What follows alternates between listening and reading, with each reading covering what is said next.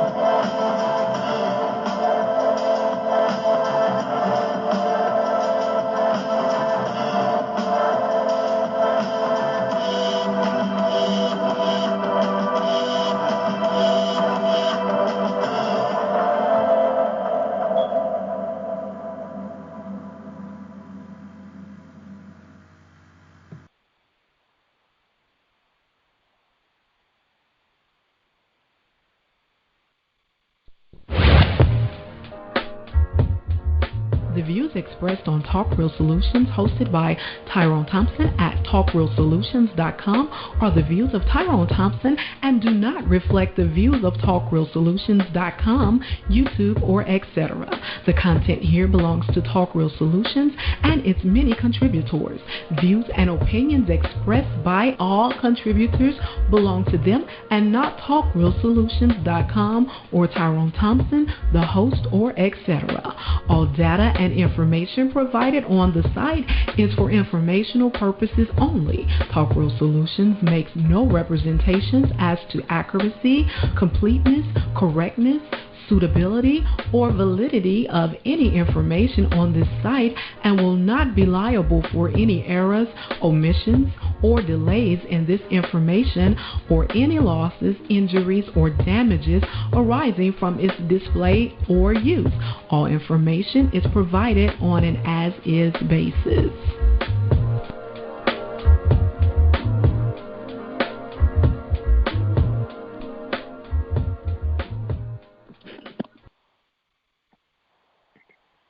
In a world where there's crime, corruption, violence, murder, rape, theft, and all form atrocities that plague the world in which we live in today, what you're witnessing, we are living in a state of chaos, and it'll take a greater or much extremer chaos to restore the order in which the world we live in today.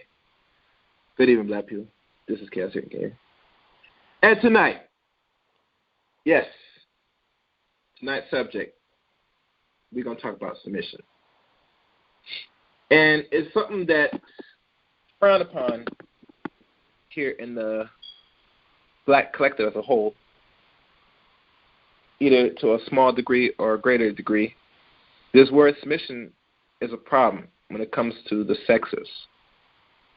But before we begin, I'd like everybody to go to TalkRealSolutions.com. Under TalkRealSolutions.com, you'll see a 3-point plan for black empowerment, black achievement. And under Talk Real Solutions website, you will see a list of black established banks. I think there's 29, maybe 30 still listed, or probably some have dropped off. All the locations of all still established black-owned banks are in the website. So go on TalkRealSolutions.com to find information on that. Also on the website, you will see articles and information dealing with today's topics, like this one or anything in regards that's going on in the world, also on the website. And we also have a donation tab on Talk Resolution. If you want to donate as little as $5 or greater, it would be appreciated for the show. But all information from, banks and all other things you'll find on the website itself. Also, you can find this show and previous shows also on YouTube. It's titled Talk Real Solutions, as it is said. And you can type it up. You can find all the shows there on the channel. And anything you miss on the free conference call, you can go straight to Talk Real Solutions on YouTube as well to catch back some of these recordings. So, head over to not only the website but also on YouTube as well. Also, what else? I think that's it. And like always, donate to the show. Now, my guest tonight, me and him are going to discuss this topic, dealing with submission. And mind you, this is going to get a little heated, or, it's going to be a, sit-down discussion. But nonetheless, we should probably have this talk anyway because, like I said earlier, it is a problem when women or men, or especially our female counterparts, have a problem with the word submission. So, no further ado. And also, the call number for tonight's show is 712-770-4160. The access code is 915-411#. As I open up my line, are you there, Larmovment? I'm here. Can you hear me? I hear you well, loud, and clear. Cool. All right. So, welcome back to T.R.S. Larmovment. You're no strangers to the show. I think this is our third runaround on this platform. I think maybe three. I think so. Now. Yes. And we have talked about many things from previous discussions, from, I guess, some dealing with relationships and just life in general. But tonight, this is a little bit more deeper, and something that I find when we look at ourselves as a whole, between the sexes, especially our women, they just, when the word submission comes around, it's like they get this certain itch, or they get this certain feeling, like this feeling when they hear the word submission. Mm-hmm. So let's go into this in the psychology. All right. In regards to submission, before we go, I don't know if people want me to find the definition of the word submission. Should I pull up before we discuss this? Let's do that. So let's go to a few sources, starting with, I guess we could start with Wikipedia. And now we can go to the definition, but let's look at Wikipedia's definition.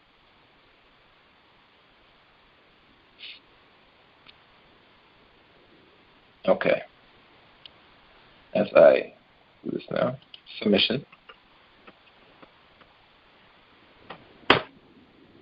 All right. The definition of submission. Oh, let me go back this one. All right. Let me see what it says. There's many terminologies. One, as we know from Wikipedia, is a combat sport, which being a combat sport term yield to the opponent that hence results of immediate defeat. That's one term. Others, another one is domination and submission, where it deals with is a set of behaviors, customs, and rituals involving the submission of one person to another in an exotic. And it goes down further. And there's and they label it in many categories. So let me go to the let me check the Urban Dictionary. Urban Dictionary in the word submission. All right. And we'll just look up the word submission, Urban Dictionary.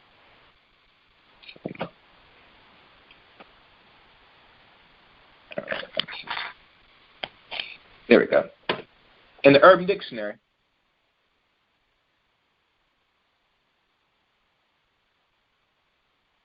and there's many more definitions. So we click onto this. And submission again, for the Urban Dictionary, same terminologies. To yield to superior force or the will or authority of another person. The actions presented by proposal, application, and other documents for consideration of judgment. And, there's a picture of a woman next to the bedroom in a submission role. That's another story. But, this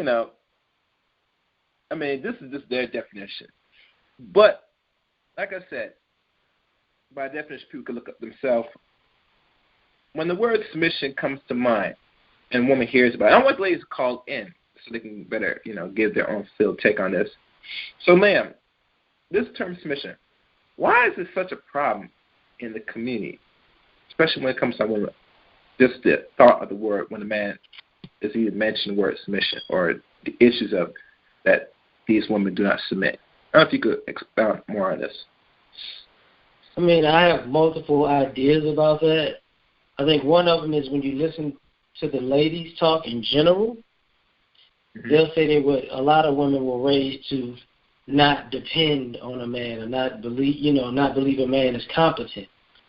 So when they become adults, it isn't far-fetched to think, they think that the guys are incompetent and or in some ways beneath them. So why would I submit to somebody that I was taught that I was superior to? There's an issue where some guys just say you're gonna submit to me just because I'm a man, and that's not real either. So that kind of reinforces it. And then, before you can even get to submission, you gotta cooperate. So I think, some people are rebellious against cooperating with men in general. So, submission is what do you call that? Is a term that is offensive. It's an offensive term because if I don't even want to get along with you or work with you, why would I submit to you? Because I don't like you, kind of thing. So I think it's just is interesting because it depends on sometimes the perspectives that people are coming from, and sometimes they're coming from multiple perspectives. Do you feel that when women hear the word submission, like you said, they go back to their mothers and grandmothers from what they're taught? And I think this has been going on for decades now. I'm not sure the exact timetable when this even came to play, but for their rhetoric, they said that, they've been, like you said, taught not to submit to no man. Or even if a man is in a relationship, they still would give certain resistance to the relationship they're in if they're in a relationship with a mate, either regular relationship or like a marriage. They still have not really, exhumed this thing what we call submission. And I hear the dudes complain about, some of these women submit, but me as a man, I always for the same question.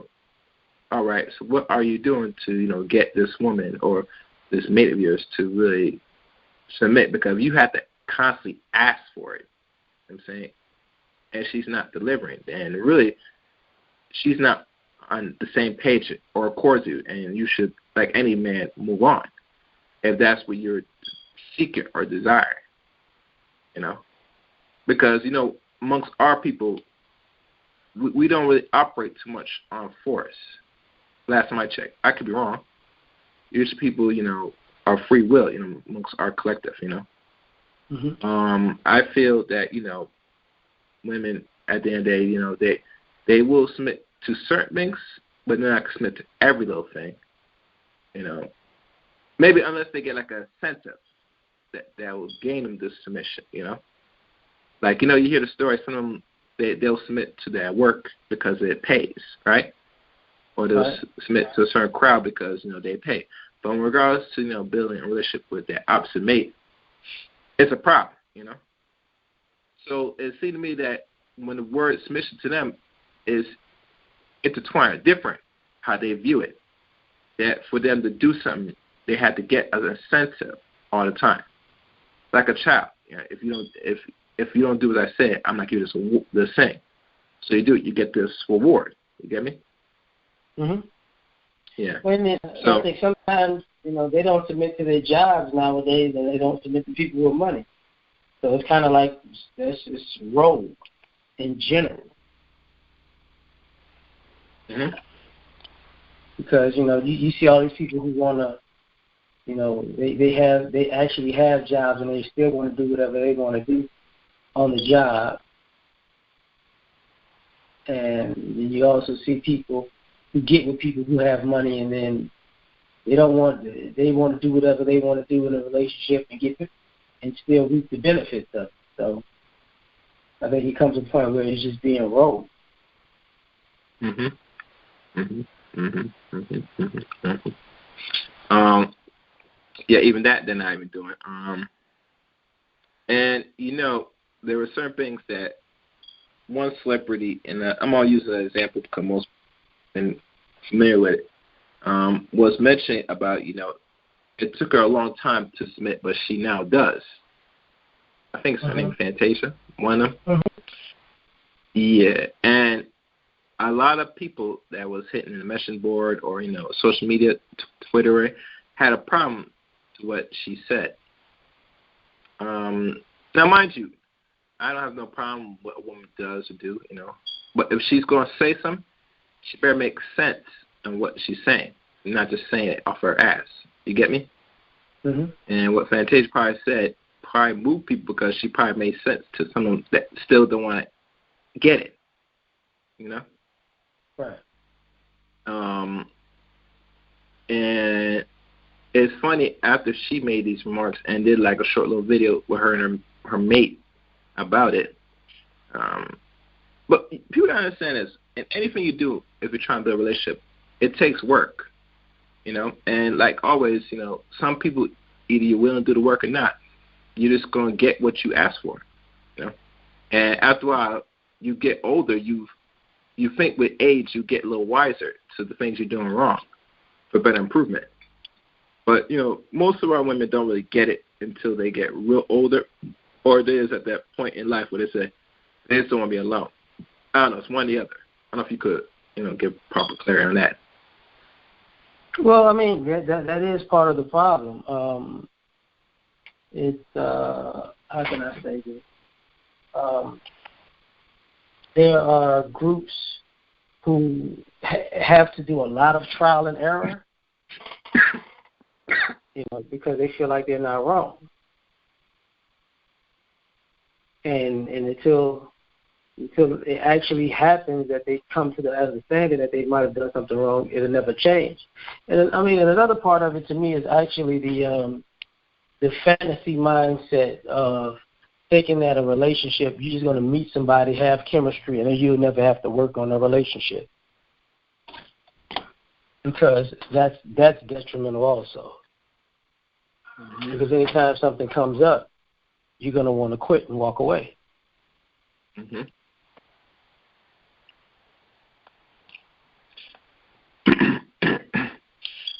All right. Yeah, when it gets real intensified, what most people do is walk out of the situation. And mind you, there are some dudes that walk out some relationships too, depending on the situation. Whatever reason they do it, and there is some chastisement to it. I think I got a better understanding now. At the end, we should not make an excuse. Wherever you do the decision you make, you live with it. Take that L. Cause most men, anything we do, we take our L's and we accept it. You get me? Yeah. Some of us do. But when it comes to our women, let's say you made a bad decision, wherever and it didn't work out. You don't accept the wrongdoings, what you play into it, and don't want to accept that L per se. And it's a funny thing. and I'm not going to mention a stream that I listen to. You probably know about it. The one thing I find common with a lot of women, even ones that are so-called well-trained, I don't even like to use the word educated, but well-trained, they always make complaints to the opposite sex saying, well, it's not fair. And this. You hear it, right? That it's not fair. Yeah, like things like when things don't go right, it's a reason when a man's giving reason about the shortcomings. Mm-hmm. Sometimes their reaction is that it's not fair. Life is bad, or well, with us we just chuck it up and just keep it going as men. But when women, it's like they're not shocked, but they feel that the world shouldn't be down upon them because of decisions they make. You get me? Yeah. Like they're very disillusioned. Yeah. Yeah. Like everything should go nice. Their way. Mm-hmm. But that's part of being that's part of living in a fantasy. When you believe that, if you did X, Y, and Z, you should never have any adversity ever in life, ever again. And that's just not the case. It's not how life works. Some people's lives are going to be better than other people's, and some people's are going to be worse, and it may just even be for a time period. I think people are just living in this fantasy as if, if you go to school, you get a degree, you make a certain amount of money, you're not supposed to ever deal with adversity again, and that's not true. I think people are just living in this fantasy as if. Uh-oh.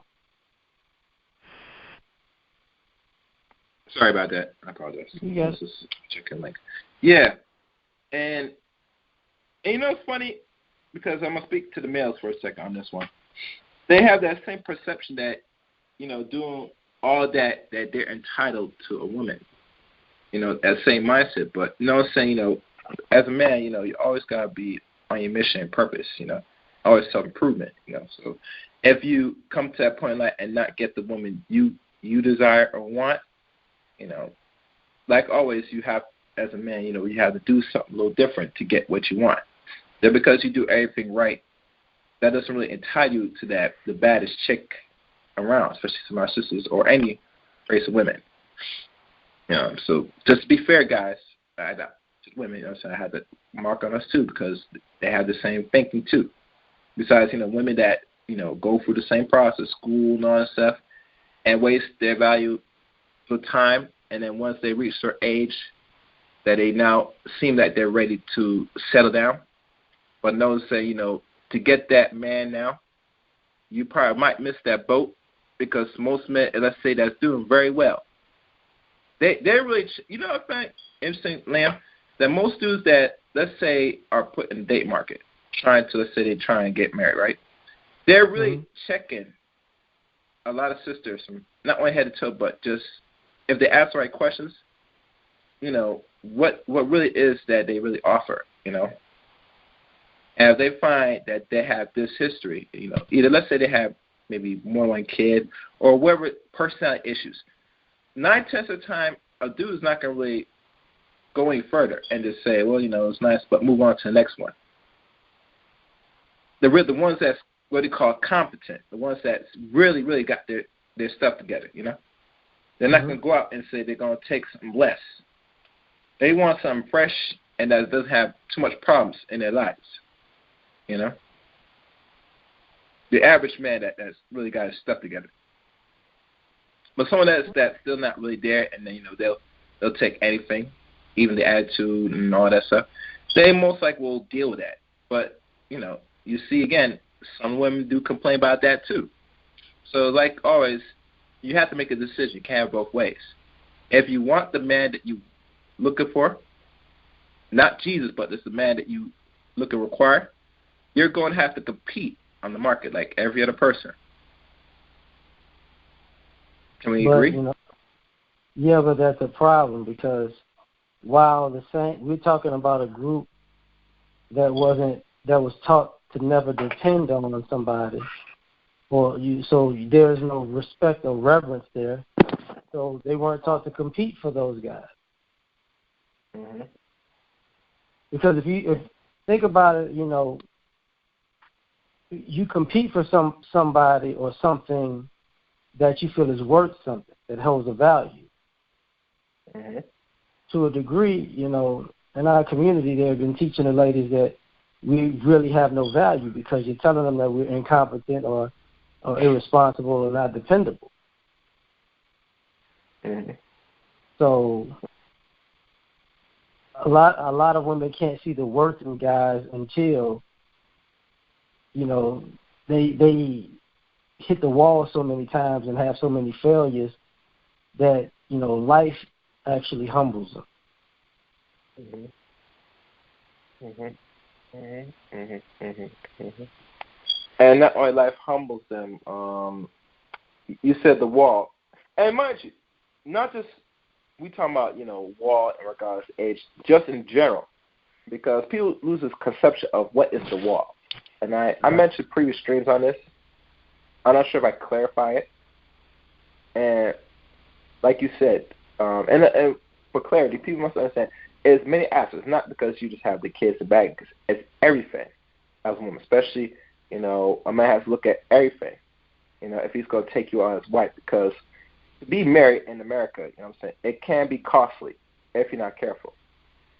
You know, you're exchanging resources. And if you're a man that don't really have your stuff in order, if you decide to make that big jump, you know, a woman might say, you know, they love you today and might hate you tomorrow, and then just walk out and maybe walk out with a good portion of your resource if you're not careful. I'm not saying they go away with all of it, but depending on the state you're in, it can hurt you financially. Can we agree? Yeah. And, you know, it's not like marriage the way it's set up in America right now is just not a good deal for men. I think, I mean, in the ideal sense, I think marriage is a good institution in an ideal sense. But we're dealing with people who have commitment issues. Mm-hmm. So, you know, marriage is an ideal. The premise of it is actually very, very much so functional if you look into society. Because normally those are the people who have the most resources are normally married people. You know, but people are looking at the wealth of quote-unquote relationships and marriages as a come-up. And, you know, you're seeing a lot of recklessness as far as respecting the sanctity of marriage. Mm-hmm. Mm-hmm. Mm-hmm. Now, you mean by recklessness? Can you give an example of recklessness in this marriage? If you know what do they call the irreconcilable differences, or, you know, no fault divorces? That's reckless. Mm-hmm. Because that's not really saying anything. That's just that can be anything. You know, the idea that you can end a marriage just because you wake up and you just feel different.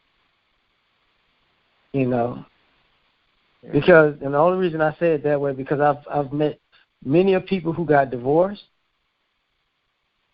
and they long to be single again, and then the single life wasn't exactly what it was cracked up to be, and then they missed being married.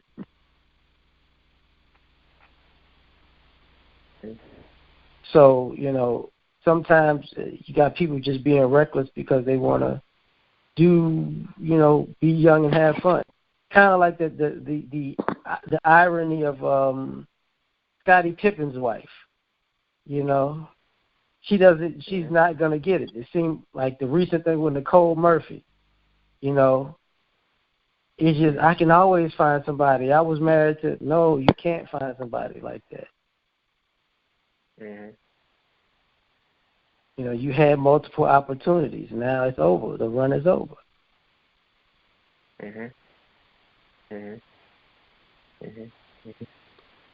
And you know, it's interesting. You talking about the opportunities. I know Miss Michelle said it best. That okay, if you're a woman not over the age 30, but you get a proposal, or you said you've been proposed by a man. The biggest question she would ask these so-called ladies that are women, young women, whatever, they say they get these proposals, what are you waiting for? Why are you prolonging it and denying the first shot of a person, of a man that's willing to ask for your hand in marriage? What's the deal? Why you wait? Because, but to her, and I agree with her, that if you're thinking of dealing with the dating market in the 21st century, the dating market is always ever changing. It's never consistent. It's never the same, because we have technology in play. We have people with different motives. Everything plays a factor of what people are looking for in a mate. And if you're a woman that's not 30 years old yet, and you're, like you said, living your life as gold and all this stuff, and then you're turning down a few fellas that if they got their stuff together, which most of them are, that's mostly married, and you're denying that, then what it says about you? That's the question. Overly right.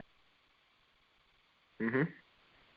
Yeah, I know women who have been proposed to. I know women who have been in serious relationships. I mean, I think one of the major things that winds up happening is when you're in the dating market, people can't date with foresight. They only date with hindsight. Mm-hmm. So it's weird, and what I mean by that is when women complain about men and they see the potential in the guy, if you see the guy, you're trying to figure out what potential you're talking about, But if you're talking about another guy, you're like, this guy is actually going in the right direction. Why aren't you talking to him?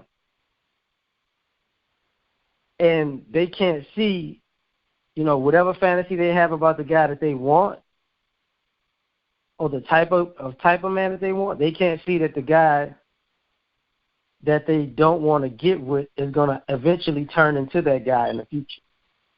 Because we're looking at people in the sense of, okay, this is who you are right now, but you're not looking at, okay, if this is who you are right now, you're doing this right now, it's only going to grow over time if you keep doing this. So eventually you're going to be this person in 5 to 10 years. We don't do that. We just look at somebody as that they're attractive right now, or we think they got money right now, and we're just going to live in the moment and not think long term.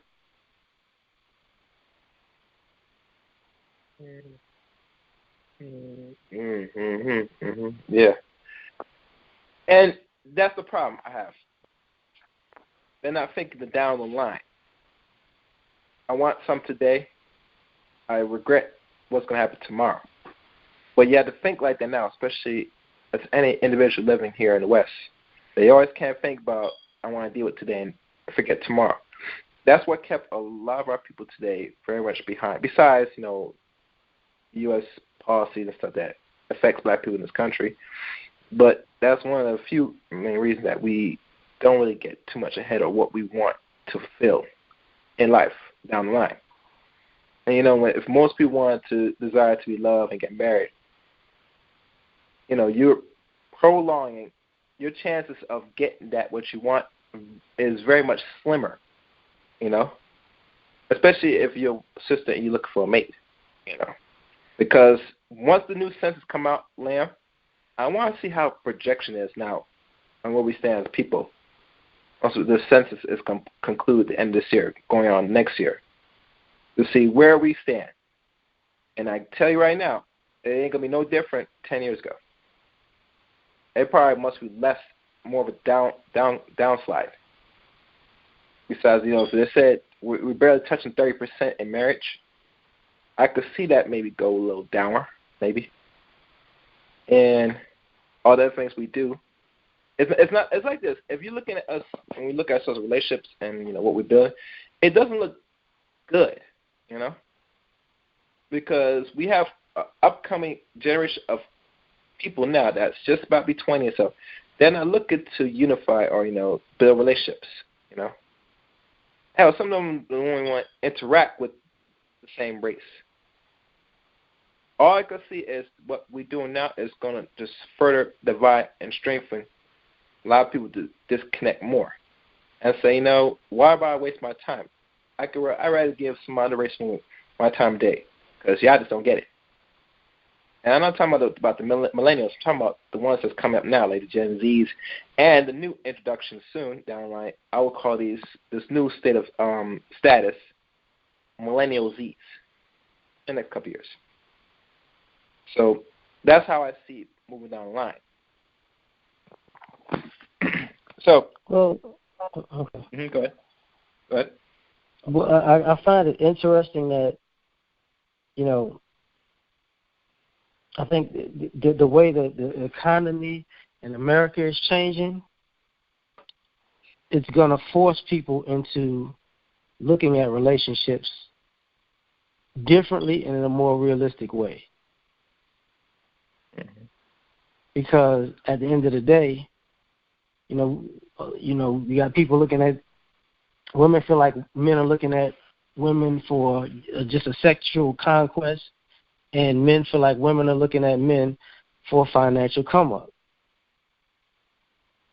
So just the way we interact is going to have to be completely different, because if not, it's going to just put this hookup culture on steroids, which it already is on.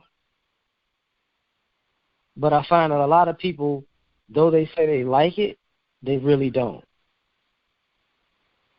Like I see most of the people who are involved in hookup culture and in the dating market right now, they don't they don't really like it as much as they let on.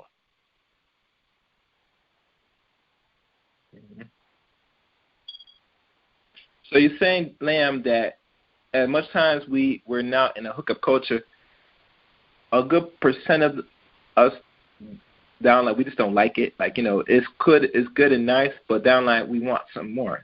That's what you're saying? Mm-hmm. Because a lot of people don't want to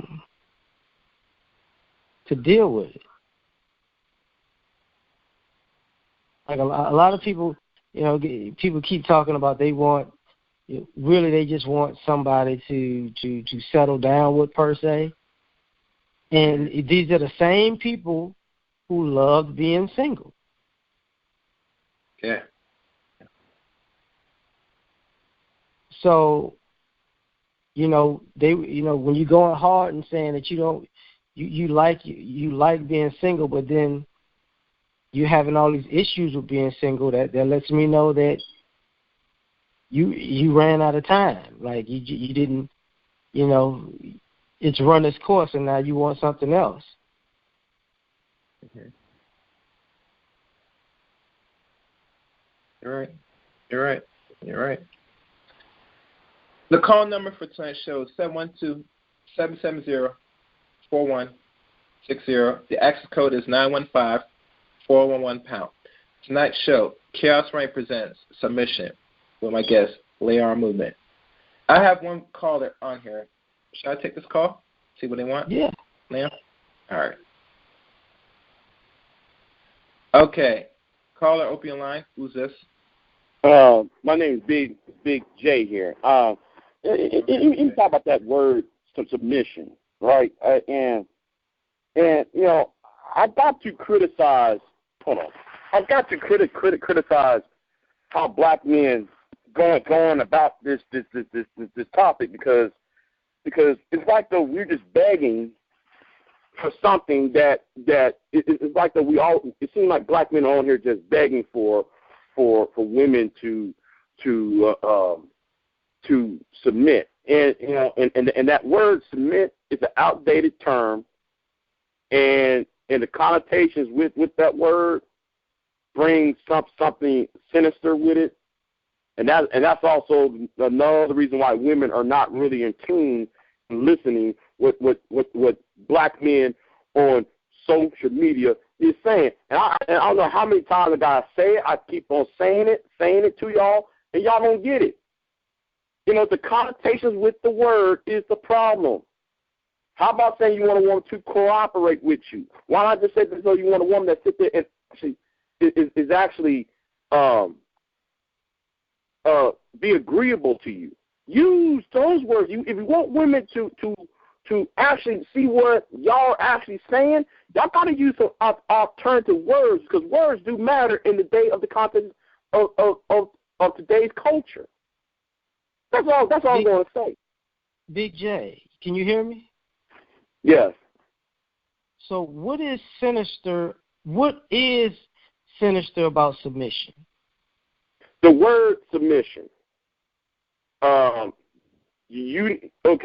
Here's the connotation of the word submission. It's like this patriarchal, you do what I say and fuck your feelings. It's that type of, more of a dictatorship. Right? Okay. So the word itself, and I kept on explaining it to y'all in the black manosphere. I don't know why y'all don't get it, but I got to tell you this. That word has extra connotations when you're trying to communicate to women. They're not going to get that. They're not going to receive that word because that word has the word submission is okay. If you want to know, okay, I'll use slavery, right? Black men submit to the wills of the white man. Black woman submitting herself to the wills of the white man, right? I have to break that down to that word submission, when it comes to black women, especially black women, that word is not using that word is not helpful, because it has it means the connotation is about slavery or suppression. Well, and let me say this, I'm not trying to be no simp about this shit. I've been part of the men's rights movement, but I understand why y'all in the black manosphere is getting a lot of pushback, and y'all don't see it. Go ahead. I get what you're saying, VJ, but even in the manosphere, it's the narrative of what you just said that's the problem. Submission is also a religious term, which we're also supposedly a religious nation, whether it's Christianity or Islam. It's also a religious term. So to have so many people in our community who consider themselves religious, whether it's Christian or Muslim, and to have a problem with the word submission is also a bit confusing. And beyond that, with using the narrative of slavery with the term submission, we're talking about black men and black women, is in some ways just completely ridiculous. Because if you're saying that, okay, black men were just basically acting like white men during slavery, after slavery, where has that been us as a group of men in America during slavery or after with our women? Okay. Allow me to use analogy. Normally I don't go to slavery because we're 150 years apart from that shit. I usually don't talk about slavery much. 153 years. But I'll put it like this for you. The image of submission to a black woman in the history of this country is her being bred by a buck, being bred like how you would breed a cow or a sheep. You lock her up into a barn with a buck and force that buck to breed with his black female. there's historical connotation. That's rape actually more than submission, Big Jim. Yeah, but understand she had to submit to be raped. She all she's doing have to submit to be raped. She is being submitted. She's being submitted to be raped. I don't know how many. I don't know how y'all don't see it. The word is outdated. It's an outdated term, and y'all don't get it. I'm keep on trying to tell. BJ, now here's the irony of what you just said. Submission is willful. Rape is forceful. That's two different things. But beyond that, you said you wasn't going to use slavery as a reference. I said normally I don't say it. Normally I don't use it. Right. But just bear with me for a second. Okay. So, and Chaos said slavery, and you said slavery was 150 years ago. Yeah, 53 years ago, to be exact. 54 in this year. Imagine, you're saying the women in their mind have skipped over 150 years of male and female relationships and looked at the word submission as slavery in the 1800s. They skipped over the 2000s, the 90s, 80s, 70s, 60s, 50s, 40s, 30s, 20s, 10. They skipped over all of that, which submission is a part of those things, and went all the way to being breeders. So the argument itself means that it's a made up narrative. Slavery isn't a made up narrative, but the narrative of submission in that way is a made up narrative because they've had functional relationships from slavery up until now. They've been dwindling since the 60s, but all of that other stuff is just skipped over. So they went from dysfunction to function to dysfunction. Sorry it took so long. Oh, okay. Do you think men? Okay. Do you think men are a superior force than the women? Superior in what way? Well, I mean, to the definition of submission is an action or fact of accepting or yielding to a superior force. So are you implying? No, or authority. Okay. Superior force or authority. Okay, so do you think that men are superior to women?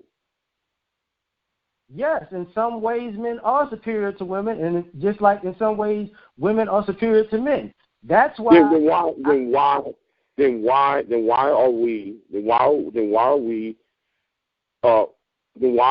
are black men on YouTube complaining and whining about just like old boy Edward Anderson now, complaining about why black women is not submitting to him, not submitting to this man or that man in the third.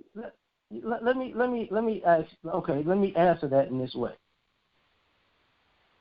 I'm gonna ask the question first. Do you believe that men and women have gender roles? Yes, I sure do. So the submission of women to men and men to women is based in submitting to the person's gender role in a particular fashion. You get what I'm saying? Yeah, I get that, but that classical sense of gender roles is somewhat diluted by the economics and the education It's not. Oh, really? Okay, so because you go, okay, fine. If you go to school and you get an education, that means this is where it's become a narrative to the point where it's a lie. Because if that were the case, the young ladies and the women who went to school, who got an education, who have a career, they would not be looking for men who are of higher status than them. Well, according to Susan Hall Summers, who wrote the book The War on Boys, that's the education system's fault for downplaying and diseducating young boys. That's why that happened. And that happened across the board. They put the emphasis on girls to be educated rather than educating everybody in equal fashion. But isn't that also before a school can do that? Don't the parents have to be on board with that? Well, mostly impoverished parents don't usually be a part of it because they're too busy trying to work two jobs, maybe three. But the war on boys weren't just for impoverished boys. It was all boys. Right. The war on boys, but like what Susan Hall Summers says, is going to affect the impoverished a little bit more than those who is not impoverished. Yeah, I read the book. I mean, I understand what you're saying, Big J, but isn't in America totality? Don't women outnumber men in college settings? Right, and you're right because because the system devalues the education of boys. That's what happened. So just because you devalue the education of boys, does that mean boys are not still given the role of the producers and providers in society? If you made the boy dumb, if you made the boy uneducated, he's not going to have the tools to do what needs to be done. And and that's part of the reason why I have pushback against your organization. No, organization. I got you. Yeah. I'm talking in code though. I'm talking in code. I know. It's funny for me. It's just I got a healthy sense of humor, so I don't bother. It's just don't mind me on that part. Right. If that is the case, and you would feel like the women are more educated than the men, right? Mm-hmm. So because they get more educated, that should also mean they should have the knowledge to create industries and expand these industries and take over these industries that were created by men. Well, I mean, more or less, but yet though, who has the most jobs? Who mostly have more businesses in black society? Black men or women? Which one has had the more businesses? Black women have more businesses, but black women have less profitable businesses. Well, guess what? That still hinders your opinion because you're saying women cannot create industry, but yet even though industry may be lacking or not, it's still industry nonetheless. Their little businesses is still in industry in itself. No, do you understand what I'm talking about? It's not, because industry comes from a product. And what is a black woman's product? What are things black women create in America? From my understanding, the vast majority of their businesses are nonprofits. Oh. Yeah, that's true. That makes sense. So, nonprofit is in an industry. Yeah, if you want to say it like that, yeah. I mean, if you want to go there, I don't agree with that assessment. But let's go along with it. It is an industry nonetheless, because they're at least making money in creating something out of it. No, still. They're not, because by definition, a non-profit doesn't make money because it's a non-profit.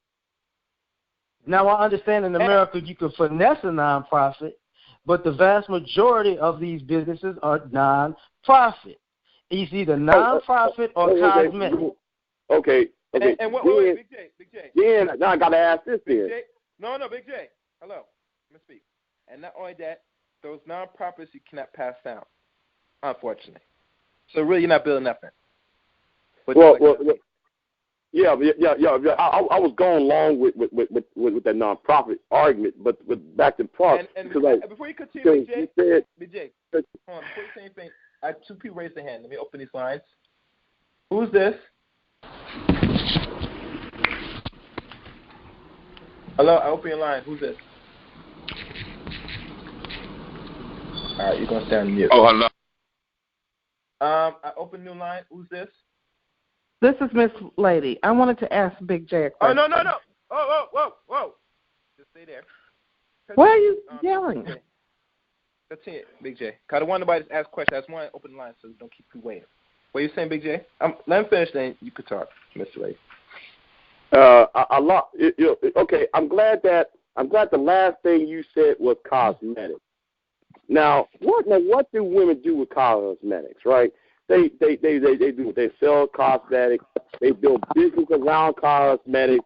They beautify themselves. They create shops to get their cosmetics on. It's a business for them, to create stuff. So therefore, like you can't just say that whatever industry women built is not important. But anyway, I want to know what Miss Lady said, because my argument, I was going for a good ass argument, but I got caught up in the middle of it. But go ahead, Miss Lady. I want to hear what Miss Lady got to say to me. Oh, okay. I think is that Michelle Alexander wrote that book years ago about black boys and education. I never read it. So what is her hypothesis? What is her premise in the book? I did not read Michelle Alexander's book about it. I heard about the book I was referring to was from Dr. Helen. Not Dr. Helen Smith, but Susan Hoff Summers, who wrote the book War on Boys. I was really referencing that book because that's the first thing that popped over my head at the moment. Because I hadn't read a Michelle Alexander's book yet about education concerning black boys, particularly. But anyway.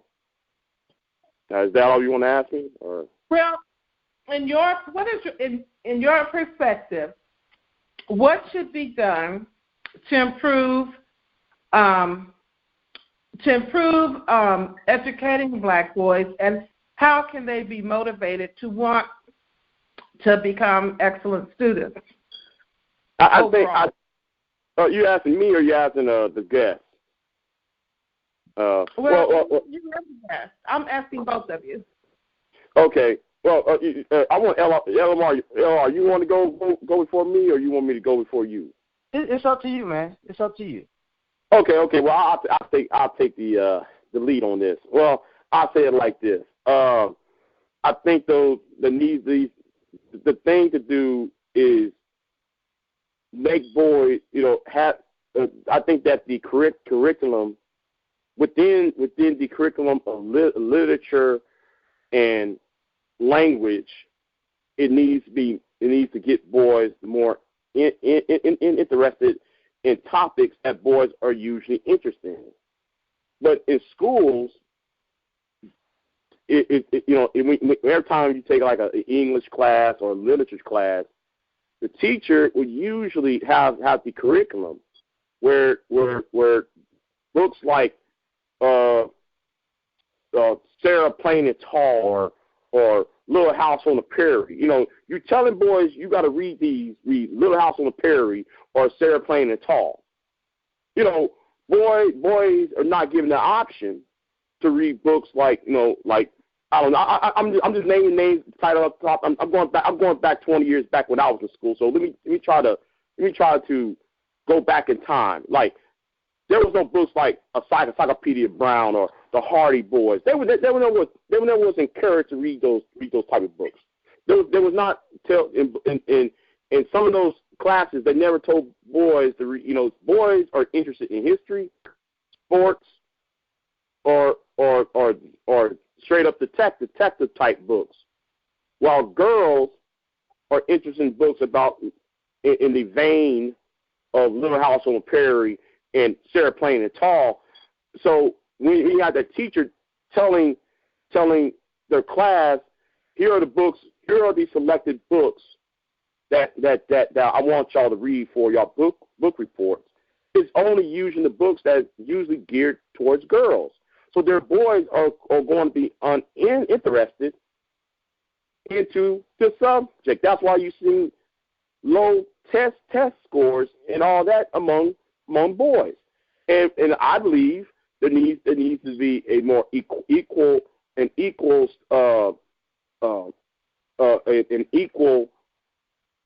I think education should be equal between boys and girls.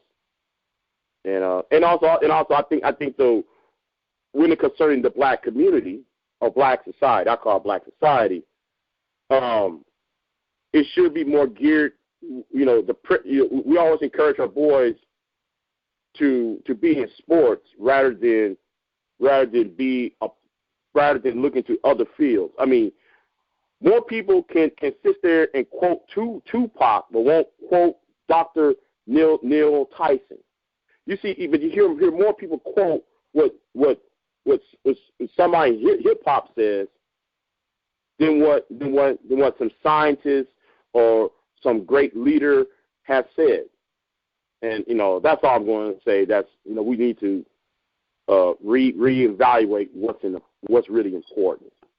I hang back. I'll say it in this fashion. Boys and girls are fundamentally different. We always knew that. Boys gravitate to hands-on learning. You took hands-on learning out of schools. I'm just saying America took hands-on learning out of schools. This is why men do better in STEM. It's not just a logical thing, an analytical thing. It's hands-on. Science is hands-on. Technology is hands-on. Engineering is hands-on.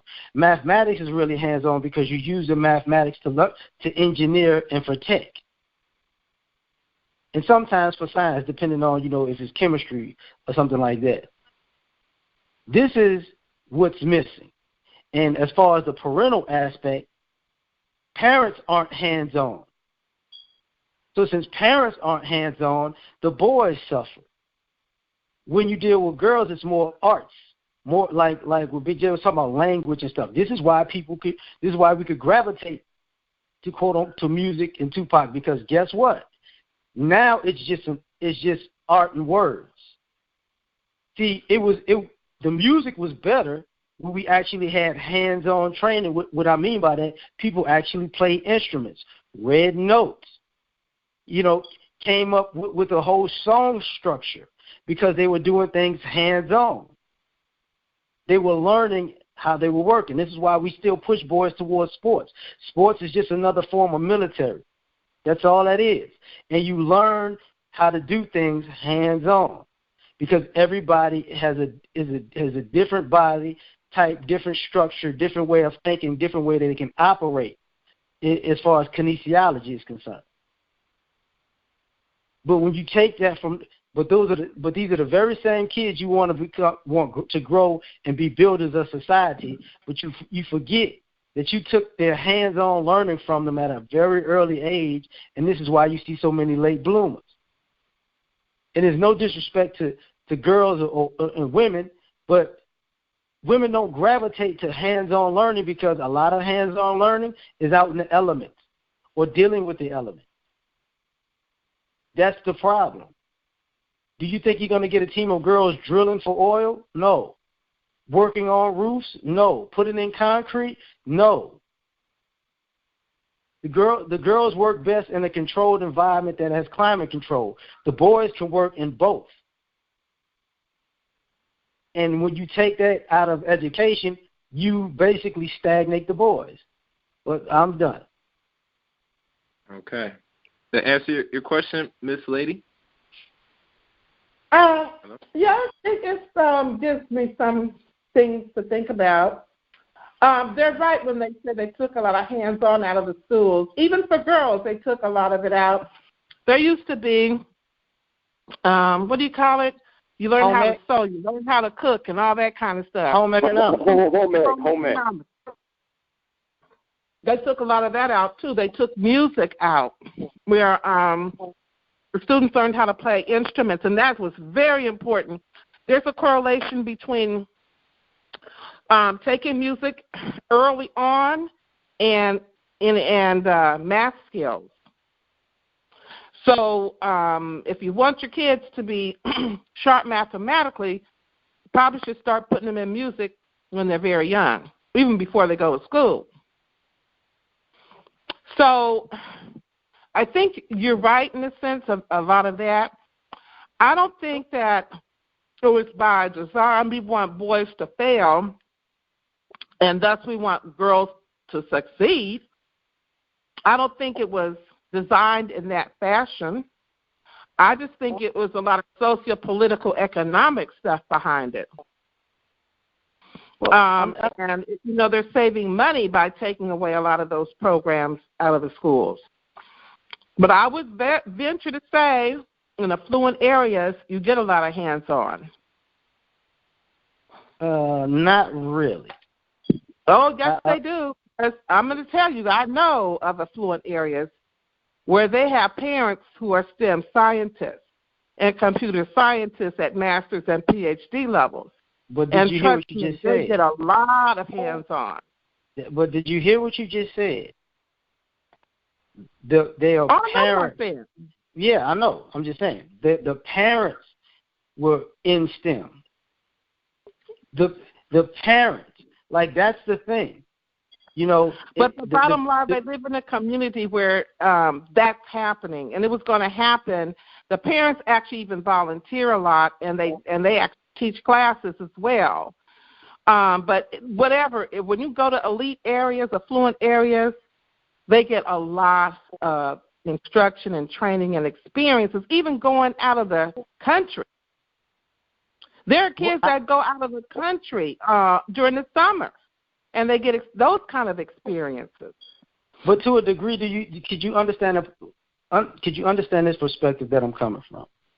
When you said the parents volunteer, in my perspective, they would be volunteering because the school, even in the affluent area, is not doing their job. No, they're doing their job very well, and they have very high test scores. It's just right. But when the parents have to volunteer, levels at minimum master's levels with years of education, they're highly screened. These kids are going to get what they need. It's just that when the parents are involved, they get extra. And what does that say about this? Says that I expect you to do very well. Did you realize you did something in this? You initially started in saying, I'm very clear about it. Okay, well, I want you to hear how clear it came off. You initially started. You want to say if the parents, it's because the parents were involved, if they're getting all this stuff. I'm saying no. So you're going to tell me what I'm about to say. Let me listen to you tell me what I'm about to say. That's what you just said. I actually didn't say anything. You cut me off and just told me what I was about to say. So tell me. Let me hear what you're saying that I'm going to tell you I'm going to say. Because the parents are involved, they're getting hands-on. That's what you said. And what I'm saying is, no, that's not correct. What I was saying was you started by initially saying, I didn't even get into a statement yet. It's a moot point for me. It's irrelevant.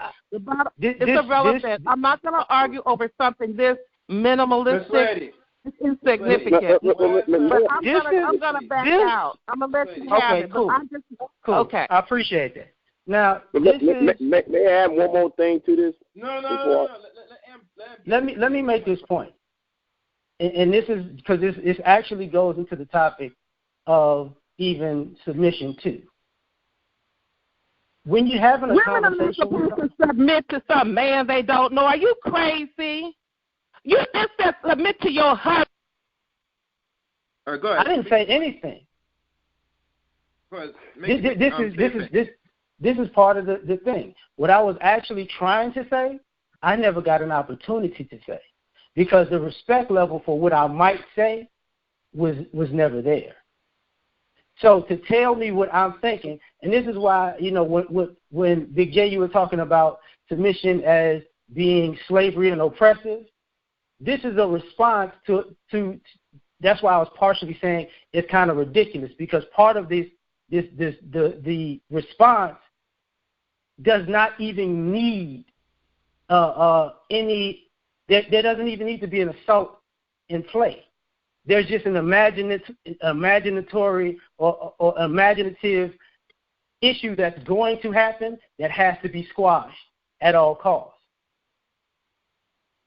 So this becomes the problem, because what I was going to say was I was trying to tell Miss Lady how it was coming off, because what she wound up saying is two different things, and as if they ran together, but they didn't. This has nothing to do with being a man or a woman. This just has to do with communication. Because when she initially said it, she said the parents were involved, and the parents had PhDs and masters. And then she said the parents were volunteering at the school. Then she said what the teachers do. I was just trying to say, you do realize when you was going in that order, you were also saying that even in affluent areas, the parents know their stuff, they're hands-on, and then they get involved because they're hands-on, and then the teachers come third, which means the parents are better at STEM than the actual faculty. Indeed. Correct. So, but before I could even get to that, it became, you're going to say what this is, what that is, had no idea what I was going to say. Yeah. But allow me to add in something, some information that that nobody else talks about, especially in black circles. But it's like with Shelby Sharp. He's a lawyer out the Dallas area. He went ahead and testified in front of the Texas legislature. He was talking about no fault divorce, right? And he was talking about ever since laws were enacted in the late 60s, early 70s concerning family planning, you saw an uptick in boys being in special education or taking remedial classes. So Shelby Sharp, and there is a video Shelby Sharp put up the numbers saying this is the correlation we have the breakdown of families. Now, I don't want to sound like ABC, but I somewhat have to agree, because most black marriages are in divorce. Thank you, Miss Lady. You said it in the chat room, and that produced the bad image on the boy, and the respect level for that boy. It's like, okay, he can take it. He can take it, and dumping all that energy on men. That boy will see that energy placed upon men. Therefore, though, he himself is going to have this internalized misandry, and therefore he's going to put himself in second place rather than put himself on first place when it concerning his life. So check out Shelby Sharp when he said there is a YouTube video of Shelby Sharp testifying in front of the Texas legislators on YouTube. But anyway, I hang back. Right. Let me ask something. Before you ask, okay, I'm sorry. Let me open this one line. I open a new line. Who's this? Hello, can you hear me? Oh, good. So you can. Stay right there. Yep. Go ahead. All right. Go ahead, Lamb. When it comes to the irony of this is part of what people are saying about divorce and broken families is his mothers were in custody 9 out of 10 times. They abuse the boys if they have sons. Because what you're basically putting out into the world is, okay, if she has a daughter, she's going to teach the daughter to not need men and to do all these things so she doesn't have to depend on a man. But if she has a son, she's going to teach the son not to be a man. So he is never in a position to be a husband. So this stuff starts at home before it gets to school. That's all I was going to say. All right. Kenneth, I know you're there. Let me open another line. Who's this? Yeah, what's up? Oh, that's you, Mary. Okay. Kenneth, what's your question for you? Kenneth? Oh, let me make sure I didn't get his line. Oh, give me a second, Kenneth. Let me correct that. You hear me? Yeah, can you hear me? Kenneth? Yeah, go ahead. Yeah, can you hear me? Yeah, good. Yeah, I was just saying, what's up, Chaos? What's up, L.A.R, Mary, Big J, Miss Lady or Miss Nobody? I forget who was on. But anyways, it's not really so much a question as a comment with this submission thing. A while back, there was a conversation on T.R.S. about the yin and the yang. And when we're talking about submission, the reason why it's very, very important, very relevant is because, and I think Miss Lady or Miss Nobody, I forget who said it, but it's relevant because I hear, especially in the black community, I hear black women say that black men don't protect them. And so it's hard to do that because I do feel black men should do a better job protecting their women. But by the same token, like when we look at that situation at that gas station, we need our women to be able to put us in positions to where we can protect them, and that does have to do with submission. Submission is not a bad word. I heard you comment, my girl MJ, something she said something along the lines of me. And I'm assuming that means that the men are, saying, hey, well, you need to submit to me. Check it again for me, Bubba. I'm sorry? Hello? Y'all gonna keep on losing debate. I don't know. See, I'm trying to prevent y'all from losing debate. Hello? Losing debate. Hello? No. Yeah, can you hear me? Okay. Yeah, I mean, I'm just saying it goes both ways. I mean, it's not even so much losing the debate, because Big J, because our women are saying this. I mean, there's y'all been saying this for 13 years, and what has God gotten y'all? Y'all been riding that submission train for 13, 15 years. What has that gotten y'all? Nowhere. Well, okay. So you want to do? Oh, hold on. You want to debate, Big J? Let's use submission in the terms of men. Just because it wouldn't be offensive.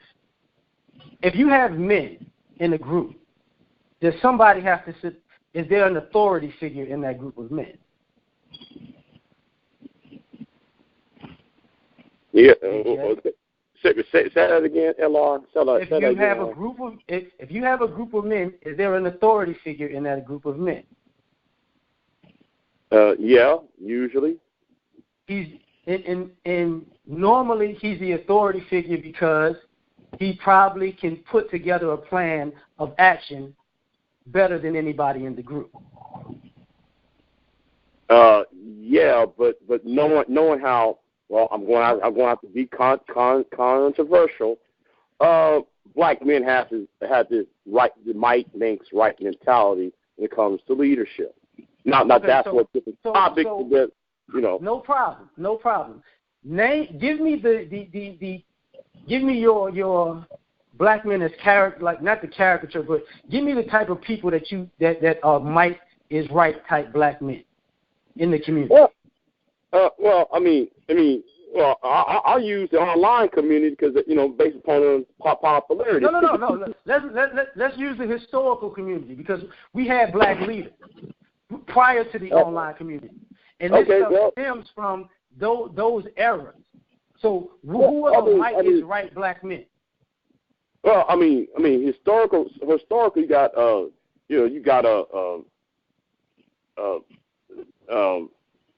Nat Turner, you got Marcus Garvey.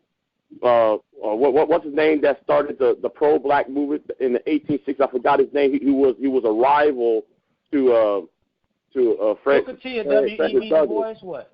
No. The guy that was the contemporary to Frederick Douglass. Yeah, Delaney. Delaney. People like that. I forgot his name. Probably. Yeah, Delaney. And those type of. I need to slow this down. It's no disrespect to you. I just want to get this out here.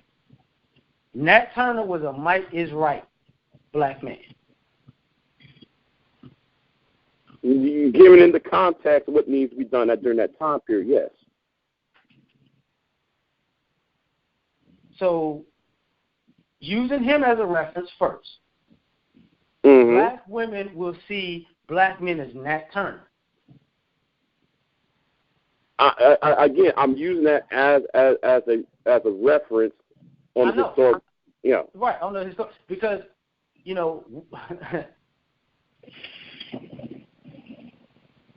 what black women got harmed by Nat Turner's might is right. On a national sense, it probably lifted people because of what he did. The legacy he left behind did not hurt. Okay. So what he did hurt. Well, he got himself killed. He got some of the people, some of his army killed. But besides that point, his legacy did no harm because his legacy actually benefited black people in the long run. Okay. It doesn't. So, but he was just one of many, because there were hundreds of revolts. But right. So his legacy really didn't harm anybody. Right. It didn't. It actually helped. Okay. So if you feel like even if in your own ideas that helped, how is that harmful? He did not harm anybody. His legacy did not harm anybody. Right. Okay. So what about Marcus Garvey? How did his well, legacy? If you're going to go about Marcus Garvey, he did harm. He did. Okay. He went after.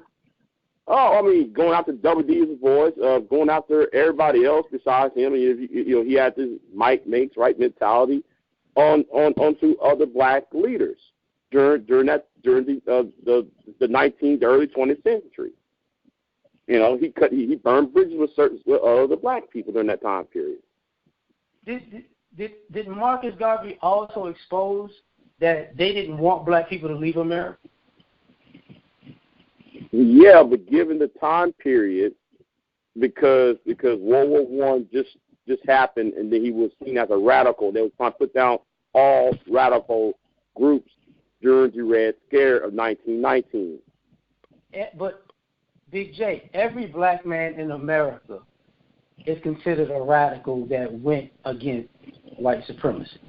He's no different from Nat Turner, the Nation of Islam, Martin Luther King, Malcolm X, Frederick Douglass, all of them were considered radicals. The Black Panthers, radicals. Everybody was considered. People online talking about white supremacy are considered, what is it? Black BIEs, radicals. Yeah. How is this might is so? How did this might is right? No, I'm talking about the whole behavior of how they project they're trying to push other black men who disagrees with them into a corner. And no, ABC, I'm not getting schooled here. So you need to know about history. I'm not even looking at the chat. I'm just on my phone. The reason I asked is, how does that? So even in that ideology, where did black women get subjugated? Well, I mean, well, black women was subjugated in some of those movements. Marcus Garvey was beat up on his second wife. One of his wives was. Yeah, but Big J, wait a minute. That's an individual thing, though. That's an individual thing. See, this thing where we want to try and systemize this notion, but the fact of the matter is that black women have never been subjugated to black men. Period. That's just a fact. No. Read a book. I read several books. Okay. All right. Okay. Well, let me ask you a question. Hold on. Let me ask you a question, Big J. Give me one law where that black men passed where black women were subject to black men. Give me one law. One law. Religious law. Huh? I'm sorry. Say that again. Religion, that black church. Yeah, but that black. Okay. Hold on. You said the black church, right? That black church. You said that. Hold on. I'm talking to L.R. Moon. Hold on. I know that this is not. So black. Hold on. So black men ran the black church, but that's a voluntary association. There's no law saying. Hold on. See, you don't understand the definition of subjugation because subjugation is not voluntary, brother. It's involuntary, and belonging to a religious institution is a choice. That's one of the laws guaranteed by the Constitution, freedom of religion. So if women were subjugated in the church, all they would have to do is just leave the religion. That's common sense. So give me a law of the land where black women were subject to black men. Black people, hold on. I gotta set you straight, Amiri. I gotta set your ass straight for a minute. How many 90-year-old Negroes have you talked to? How many 90-year-olds that you talk to, Amiri? I haven't talked to any. Well, then, that's the goddamn problem. Because if you had that problem, you would sit there and talk to them. Because guess what? The black church was the only institution that was political, social, everything. It doesn't matter. Look. See. Y'all need to fucking read a book every now and then. You can't point to one law where black women were subjugated to black men. I can't point that out. You can't point to one law. Hold on, you got that black pastor who go from one house to another house, fucking all these damn women and fucking these women ass up and then got in front of the church, and then these women have been ostracized in those damn black churches. And you know what? Those women were choosing to do that. Carol now. I gotta be like David Carroll now. I gotta be like David Carroll now. If you want to hide something from a Negro, you hide it in the book. I'm glad you say that because in E. Franklin Frazier's book, The Negro Family in America, he states very clearly that black women.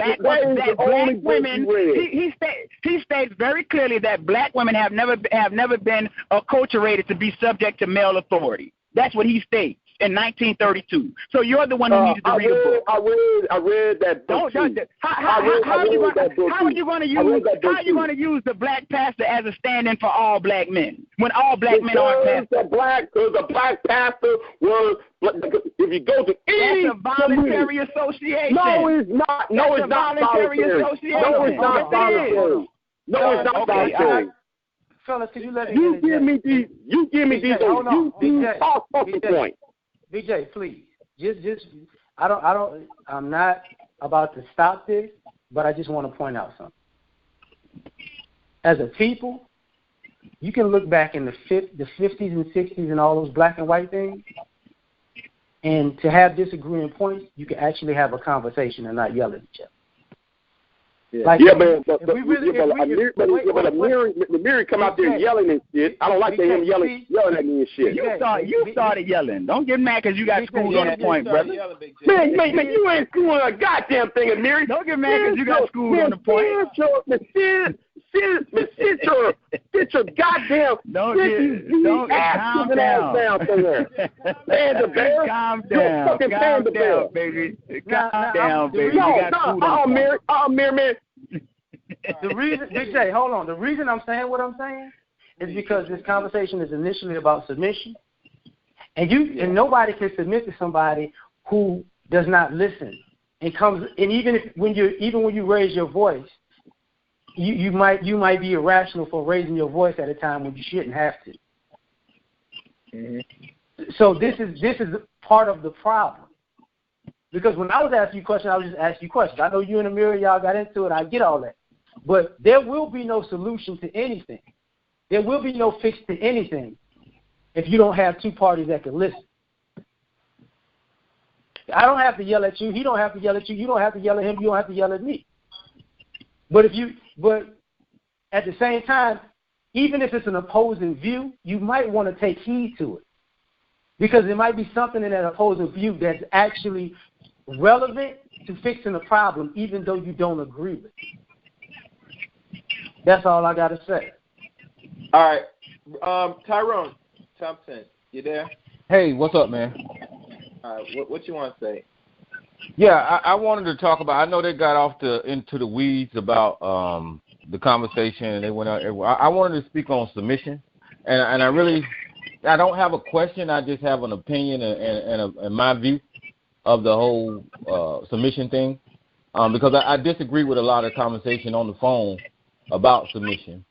Your guest alluded to it earlier when he said it's a religious term, which it is, because it's Ephesians 22 that it comes out of, and it says a man must submit to his wife, or wives must submit to their husbands, something to that nature, right? And whenever you're looking at the way societies work and doctrines that run societies, this is pretty much the oldest doctrine that the black people go by in America. And this old doctrine and these antiquated way of thinking, I don't think is relevant in 2019. I listen to people on social media saying women should submit. And when it comes to submission, because I got two sides to this thing, there is such a thing as submission in a relationship. Now, that submission in a relationship is in that relationship, those two individuals agree to live that way. No one else should be involved in the way those two individuals in that relationship agree to their relationship. That's what you heard recently with Fantasia. Her and her husband or whatever said this is the way we live. That rule in that relationship should not be applied like a cookie cutter across all relationships when it comes to black women submitting. If you're not in a relationship and you're looking at the opposite sex, there is no way, you don't even have the authority to sit up here publicly and say that this person should submit to you because they are the opposite sex. That is almost like trying to take control of somebody that you ain't got you don't have no association with.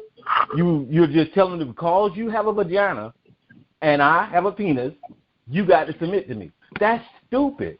I don't understand. Can I respond to you? They don't say that when it comes to protection. Okay. Yeah, exactly. Tyrone's talking in extremes. Okay, why they think. Okay, I'm sorry. Yeah, you're right. Go ahead and finish your point. Okay, so you're and see, this is what I'm saying. This is the pushback when he said when it comes to protection, the black man and protecting the black community is one of the saddest situations that I've seen. Because now, I don't even want to talk about protection. I'm going back to submission. Listen, we don't have well, no, because that wasn't the conversation. See, he threw me off when he did that. But we don't have the right as individuals to ask anybody that we're not in a relationship with or agree with to submit. Now, if you're a boyfriend and girlfriend and you say, hey, this is the way we're going to roll, I'm going to be submissive to you and you be submissive to me, then you agree to that, then that's y'all business. Now, we don't have a right to ask somebody that we don't even know because it says in your little doctrine here, wives, submit to your husbands. It doesn't say motherfuckers making YouTube videos get black women to submit to you. That is not what it says. So when y'all on social media asking people to submit, that is just ridiculous. I've never heard. It sounds like we're weak. We're weak as men, and we can't articulate ourselves in a way to our counterpart without asking them to be submissive first, or to give in, bend over, be weak, so I can lead you. That is what we're saying when we're asking women to submit. Yes, can I chime in now? Yeah, let me now. Okay. Okay. I agree with most. I agree with most of what he said. The problem here is that you have a community of women who want it both ways. When we talk about this idea of women being subjected, we have to make one thing very clear. When white feminists came on the scene talking about they were throwing off the oppressive patriarchy, that is what black women would call protection and provision. So we're constantly hearing these tropes about black women, being the idea of being subjugated or subjected to black men. Then they turn right around and say, oh, well, black men don't protect and don't provide. When the fact of the matter is in the Anglo-American context, that's what a woman's subjugation to a man is, the man protecting and providing. So be quiet. This is a form of cognitive dissonance that these sisters suffer from. They don't like the idea of submitting to black male masculine authority, while at the same time they don't mind submitting to white male authority. They do this on the corporate job. They do this when it comes to a lot of the things that come through the mass media. See, even when we talk about toxic masculinity and what toxic masculinity really is in its academic definition, it's institutionalized hegemony, and this is what white men have consistently been able to do through their unilateral control of the apparatuses of the American society, whether we're talking about media, politics, education, religion, all 9 areas of human activity. They dominate, and because they dominate it, they are able to institutionalize their ideas, and they know that many times their ideas are going to resonate more with the women than with the men, because the men are the opposition. The men are the competition. See? Well, and so this is the power. Hold on. I'm gonna get back to it. Let me finish. And this is the power relationship dynamic that has always existed between white men and black women. Now, when it comes to protection, the fact of the matter is, I agree with what he said. I don't expect a woman to submit to me just because she has a vagina and I have a penis. Likewise, sis, don't expect me to lay my life down for you because you have a vagina and I have a penis. See, it's going to go both ways. And the fact of the matter is, you cannot protect anyone who's already determined they're not going to submit. See, this is the government does this all the time. Like this is national security. You have to acquiesce and give a certain level of submission to the laws of the land. When the speed limit say 45, you can't be, I'm going to do what I want to do. I'm doing 70 miles an hour. I don't care if I'm endangering everybody else on the highway. No, you have to do the speed limit. You have to do the speed limit so everybody can be safe. That's protection. Period. Check this out. Wait, hold on. Let me address this right quick, man. Hold on, man. Listen, like I gave you an example of a relationship, a married man and a woman, right? I was married for 20 years. My wife submitted to me. I submitted to her. Listen, in that relationship, I protected her. I provided for her. And at the same time, if I needed to rely on her, I could rely on her. That was that relationship. When you're talking about protection, and you're in a submissive relationship, and submission goes both ways, guys. You know, the husband submits to, and the woman submits. For some reason on social media, we're talking about the woman submitting. Now, I don't get that. But anyway, if you're in that relationship, that is a submissive relationship, the woman is protected. I guarantee you, if you talk to Fantasia and her husband, I guarantee you he'll talk about how much he protects her. Any other submissive relationship, but you can't sit up here and say that the women can't ask for protection if we can't talk about submission. Look, the two don't go together, brother. Because what are you protecting on social media? Like seriously, what are you going to protect whenever you're making these videos down in our community, begging our black women to submit, not even taking any type of leadership, because now we're begging for our other halves to submit to us so we can lead. This conversation, as a black man, shows weakness.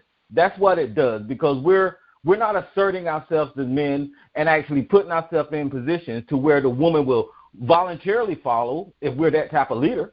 We're saying, no, first, we want you to submit, then we can protect you. That's what we're saying, and that's what you just said in a nutshell, is that you're not going to protect the black woman if she don't submit to you. That's what you No, just that's said. not what I'm saying. What I'm saying is, let me interject on this one. It don't go both ways. You can't have it both ways, sis. Because I got a wife. Let me interject on it, just on a holistic level. It's Tyrone, right? Yeah, what's up, man? Okay. This is an example I'm going to use with men. You got a boxer, you got a football player. The boxer is teaching the football player how to throw a punch. Mm-hmm. Who has to submit? What are you trying to learn? Throw a punch, I guess the football player would have to submit to the boxer to learn the punch. The football player is teaching the boxer how to run a fade. Who would have to submit? The boxer to the football player. So the person in authority is the person with the better knowledge of the craft, right? Okay. So if a man is dealing with a woman and he's dealing with her, and he is a representation of how to deal with a man's world, and she is the representation on how to deal with a woman's world, that's where the submission comes from. Does a man buck a woman on how to deal with women's world? It's busy. Miranda, slide over. Well, I don't understand your question. Repeat your question again. There are things that women do. Just like you say, a husband should submit to a wife. There are things that women do. When men walk into that space of the things that women do and how women operate, does he not submit to the woman in that situation because she's a better authority on it than him? Yeah, I imagine he would. So ultimately, I am saying the same thing for the men. If a woman is in a space where men operate, shouldn't she submit to him because he knows how the men operate better than she does? Well, I imagine she would. That's the problem. We're talking about us as a race of people, where part of our race, just like white race and white feminism, will say, I know how to operate in the man's dynamic better than you, but I was never raised in that. That's the problem. It's not just about submitting to a husband or submitting to a man. It's submitting to, he knows a man's world better than you, so he probably knows how it works. Okay, well, I don't agree with that. And you're using general context when I was very specific when I said, if you're in a relationship, then, yes, you guys have that conversation and you agree about the submissive conditions of your relationship or not. Tyrone, do you have girls in your family? Let me just finish this thought. But when you're speaking in general like that, and you're saying men, because you live in a men world and there's women living in this world, then the women need to be submissive, that is total and utter antiquated BS. And I'm going to tell you why. Because hold on, Tyrone. Hold on. Wait. Please wait. The problem with what you just said, just so you know, is when I made it in reverse, it wasn't BS if the man submits to the woman in a woman's world. That's not true. You did say you understood why a man would submit. You did say that, because you were speaking in general terms, and I was agreeing with the conversation so we could actually get to this point. But you're cutting me off and not letting me finish my point. I get that, and I apologize for that. I'm just saying, I wanted to let you know that what you just did was very inconsistent. No, listen, brother. Let me repeat to you back what you did. You used the analogy of the football player and the base boxer, and then you went into if a man go into a woman's area, should the man submit? I said yeah, and you said if a woman go into a man's area, should he submit? I said yeah. Those were general terms. You weren't specific whatsoever with what you were saying. I was very specific. And then you said that was asinine after. That's what I'm getting ready to tell you. That's why I said it was asinine, because I was very specific when I said if you're in a relationship and you have a conditioning relationship where you agree to this submission, then yes, that's possible. But if you're speaking in public in general terms and you're asking women to submit, that is stupid. That is dumb. Listen, women contribute to this society today just as much as men.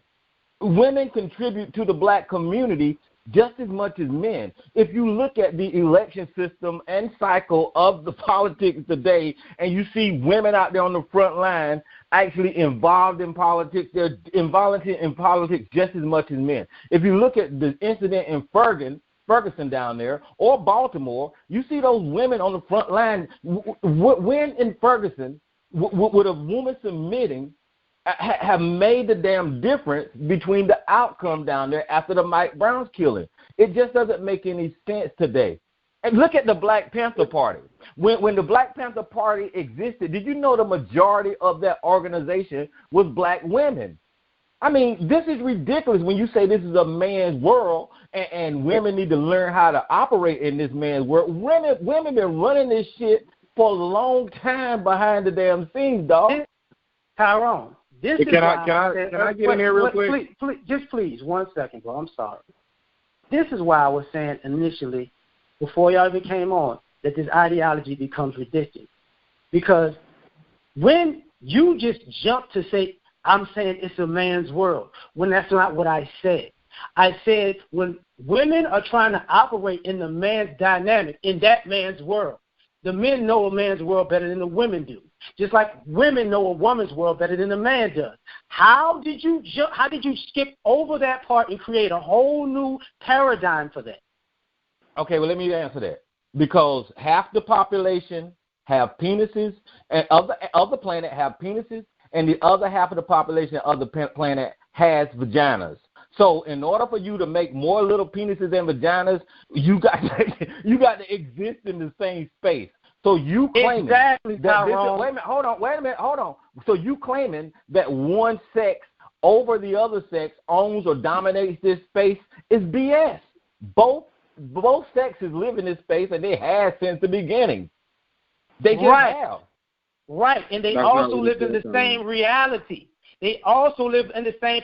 That's how you work together, when you live in the same reality. Not when you create an alternate reality to go rogue in. Okay, I'm talking about the same reality. I got it. I get what you're saying. But believe it or not, man, I understand what you're saying, and I understand why you're saying it, because of how laws and rules been made up by men. No, but you're forgetting about how women was right there. They was right there, even though what's in the history books are men. Women was right there. First and foremost, I'm not making. This is what I mean by making up an alternate reality. I'm not coming from this perspective because of the laws. You made up that I'm coming to this perspective from the laws. Be clear. An alternate reality. Okay, well, to be clear, I want you to be very clear right now. Why are you saying that this is a man's space or this is a man's arena? Why are you saying that?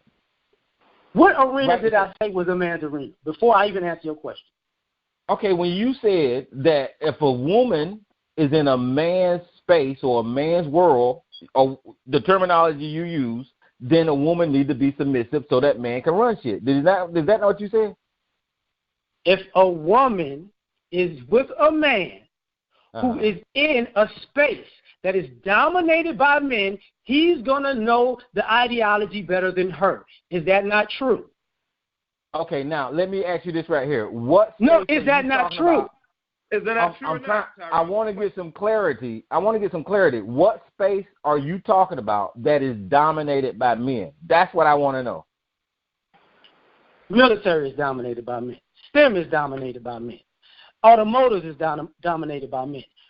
If you get into that space, who are you going to be predominantly around? Agriculture is dominated by men. Architecture is dominated. Who are you going to be around predominantly? Okay, so are you saying that specifically in those areas that's where a woman needs to be submissive? I'm saying if there's a guy there, he can tell her how to navigate the terrain better than she can do it on her own. Just like if you reverse it, a woman can tell a man how to navigate a female terrain better than he could do on his own. Okay, now I'm glad that you broke it down to these. I broke it down the first time when you went to different ideology. Let me show you where you're backing off from your original assertion from. You broke it down to You broke it down to career fields, professional. You asked for specific. Listen, I did, but you broke it down to all these areas, right? So whenever you get on social media and say that a woman should be submissive, or when you came on the show tonight and said a woman should be submissive, you wasn't talking about these areas. You were just talking about a woman should be submissive according to your religious text. That's what you said. No. Is that when you came on? That's what I heard you say. You said it's in the Bible. Dude, Tyrone, this is what I said. I said submission. Submission isn't. No, this is L.A.R. This is L.A.R. Okay, so L.A.R. I said. Go ahead. No. I said submission is not a negative term like dealing with slavery. It's also a term used in religion. And then you said you don't understand why black people have a problem with being submissive since it's in the Bible. That's what you just said. You said that earlier. No, I didn't. Because I wrote it in the chat room as soon as you said it. You said it. I talked about Christianity and Islam. I never brought up the Bible. You didn't say the Bible. You said religion. And I scroll back and I tell you exactly what you said because I wrote it down word for word. I brought up religion, not the Bible. Right. Once again, alternate reality. No, it ain't no alternate. If you want to be specific about me, be specific about me. Don't make up something new and turn it into something else. Okay. Why are you yelling? You're right. Because I said that earlier. Look, I apologize for the yelling. Can I get in here real quick, please? Do your thing, fam. Yeah, before you get in. Wait, Kenneth. Mind you, I have 3 other calls. Let me just check who these lines are, and I'm going to let you speak. All right, give me a second. Who's this? All right. All right. What's going on, Gary? Good show, man. I caught it halfway. I heard some debating. I'm glad to hear Tyrone on here, and I'm definitely honored to have Tommy Davidson on your show once again. So big shout out to Tommy Davidson that we got on here. I mean, hey, listen. You know, we got some classic people. I might not agree with what you're saying, Tommy Davidson, but I definitely like your comedy. So I'll sit back and I'll listen. All right. Stay on line. Let me open the next line. Is that you, Allfax? Yeah, what's going on, guy? How y'all doing? I've been on the, yeah. How you doing, guy? Yeah, I'm good. Hold on. Let me open the next line. Is this you, ABC? Yeah, that's me, man. Why'd you meet me, guy? All right, good. Hold on. No, that does that automatic. One more line. Okay, and open another line. Who's this? Can the people get a taste? Shit don't do that shit automatic. It don't do it automatic. Yeah, no, it does. It happens to me too. That's when he opens up a line, it mutes. I guess it mutes everybody. That does that when it's in Q&A. Joe, is that you, Joe? Yeah. All right. Before you speak, because I know you have called my show recently. Hold on. I'm gonna let Ken speak his piece. Then I'm gonna let Joe speak because I want to hear it. All right. So go ahead, Kenneth. No, hold up, man. You going in order? What do you mean? I've been on live for 30 minutes. Gary. Yo, I chill, yo. I chill because this is your show. I apologize. Thank you. I apologize. It's your show, but that's a big-ass move, yo. We grown men on here. Go in order. All right, Kenneth, what's up? All right, I'm going to keep this short and sweet. I'm listening to you guys' conversation. I think the problem is we're arguing 2 different things. So when we're talking about a general form of submission in society, it's men expecting women to behave in a certain way as to not get themselves caught up, so to speak, and then in so facto, the men not have to put themselves in harm's way. Before I was cut off earlier when I was speaking, I alluded to that situation with those 2 women in the gas station. A video was just released today where we saw I don't know if you guys saw the video, but the original video you see these men beating the brakes off of these 2 women, these like 3 or 4 men. Then when they released the second video today, you see this woman pushing this man and then spit on him. Okay? Now, once you do that, you put yourself in the role of a man. You remove yourself from that societal submission, so to speak, right? Because not only say remove, but now what happens is, like we heard from these two women, they, or at least one of them, they expect men to come in and do something to these other men, even though the women stepped in as men. That is the general consensus of society. When men are talking about submission, the other way is, and I think even Tyrone agreed with this, right? It says in the Bible, is a woman submitting to her husband. Okay, so I just want to make sure that we understand that there is a difference. One last thing, again, the problem is, as I see it, is the very women talking about how, oh, well, we shouldn't have to submit, or I hate this word, or whatever. I forget the word. Let's talk about the definition, the overall premise, are the very same ones saying that, well, you guys don't risk your life for us, you guys don't protect us, and stuff like that. That's where I have the problem. That's it. I'll back off. All right, thank you. Now, Joe, from that phone, you there? What do you have to say to this conversation? Yeah, I was just going to say real quick, sometimes context is everything. And when you look at particular Bible verses and pull them out of the ether, you have to understand, what's going on around that verse. Look, the culture that wrote that verse, wrote it with the understanding that there was a very specific process for boys to become men. They had a rite of passage. It still exists today, actually. So, when they talk about a man and a woman, they are speaking about people who have gone through a rite of passage to wear that title of man and woman, husband and wife. There's very specific processes behind it. Now, what we have now in 2019 is any old clown that's picking that line out of the ether, who has never done anything, put his nuts on the line, or stood for anything, and saying, submit to me. And what you have is a perversion of the idea and the concept as it was originally presented. So, until a man, rather than self-proclaiming, because there's a whole lot of boys that self-proclaim as men and do boy shit as adults, until we have a proper rite of passage in place, then I think that we can look at, passages like that as informational and to a degree, as a model, but not take it literally. So I'll sit back and listen to the comments.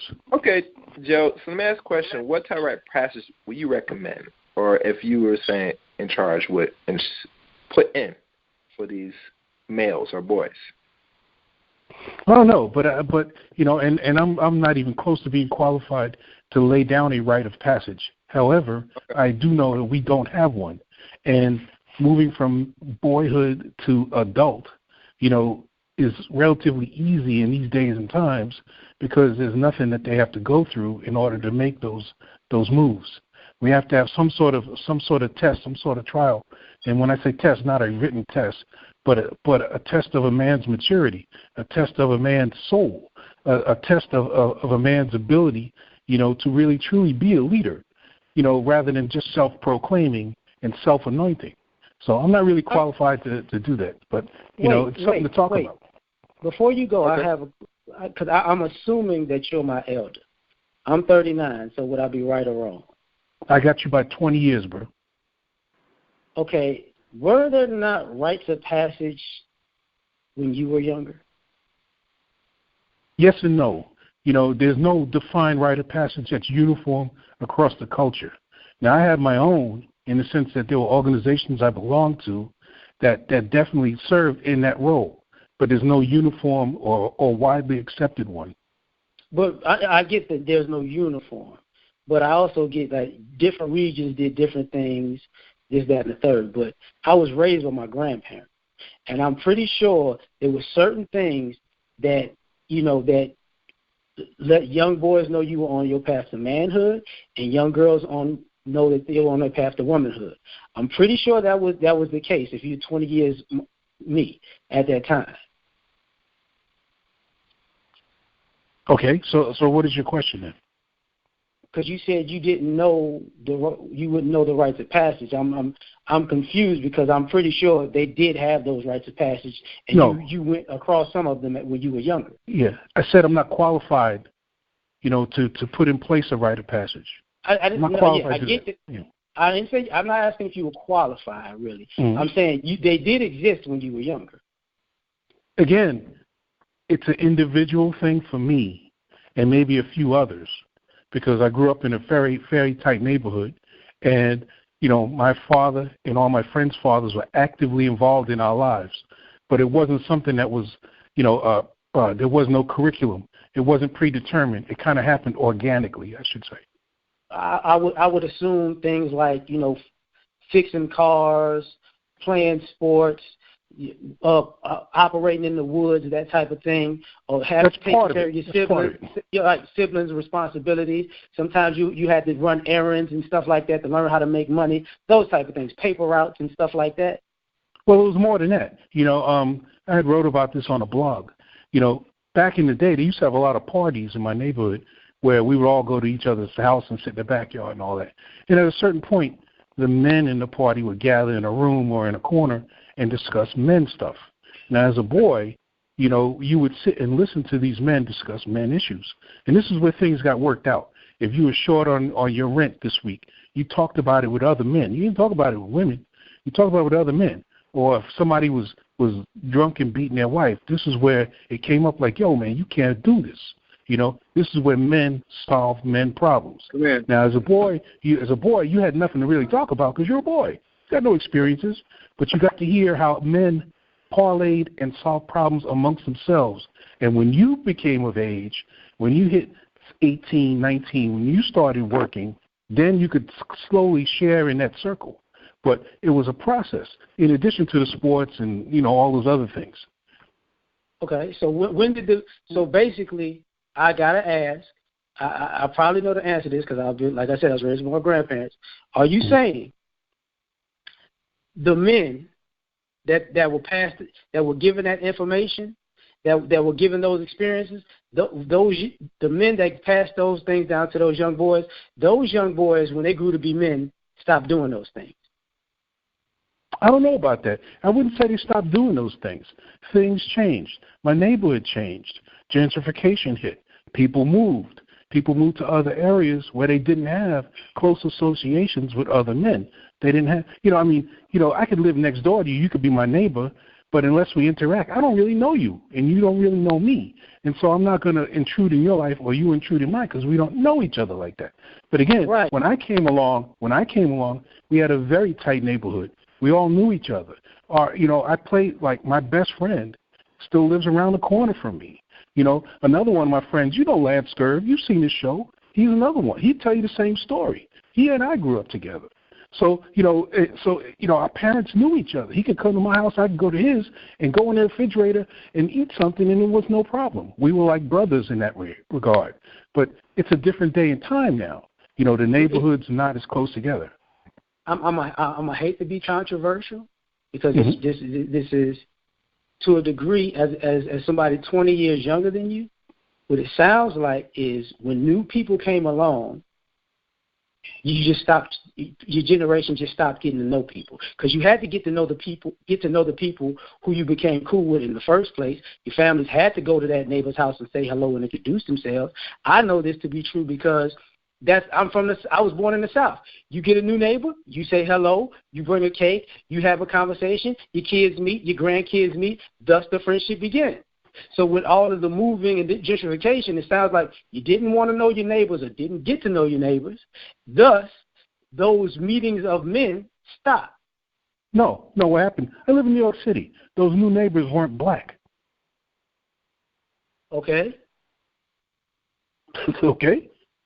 That's straight up. Those new neighbors weren't black. Different conversations going, brother. That's what it is. There's different conversations, and maybe some similarities in certain things, but some things are not going to be the same because the neighborhood changed. I understand the neighborhood changes, but I also understand you still came from a generation that had cars and would go to other people's houses even if they moved. I mean, the effort is what I'm. what I'm getting at. Like, what happened to the effort? Well, shit. I mean, even back then, the old school generation had some fuck ups and shit like that too. I mean, if we go down every generation, you have people complaining about the generation prior, what they should have done, what they could have done. Back then, they were having babies like crazy, right? We look at that, then there was a time that wasn't. Then you say, then the kids that's having, young teenagers having babies, the older people criticizing them.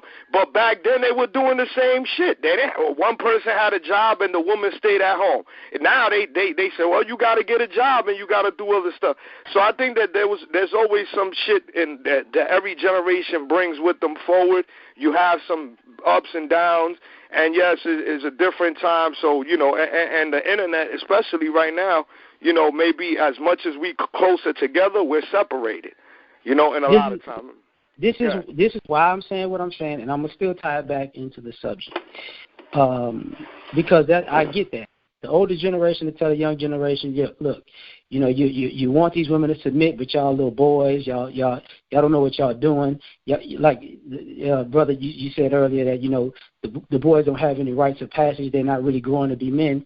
And from my perspective, and from what I've been told, the generation that was older than me had this. This is partially where it happened because you're in my parents' generation, and I was raised by my grandparents. My grandparents would always say they dropped the ball because they just got lazy.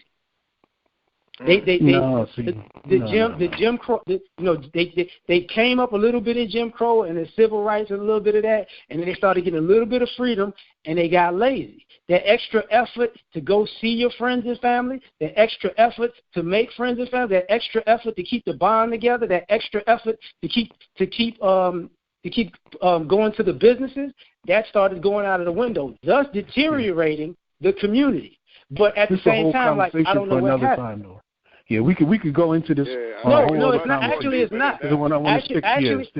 Actually, it's not, because why I said I was going to tie it back into it is because I said earlier that people are basically late bloomers, because the boys become late bloomers because all of the things that they would do that they learned hands-on back in the day, they don't learn anymore.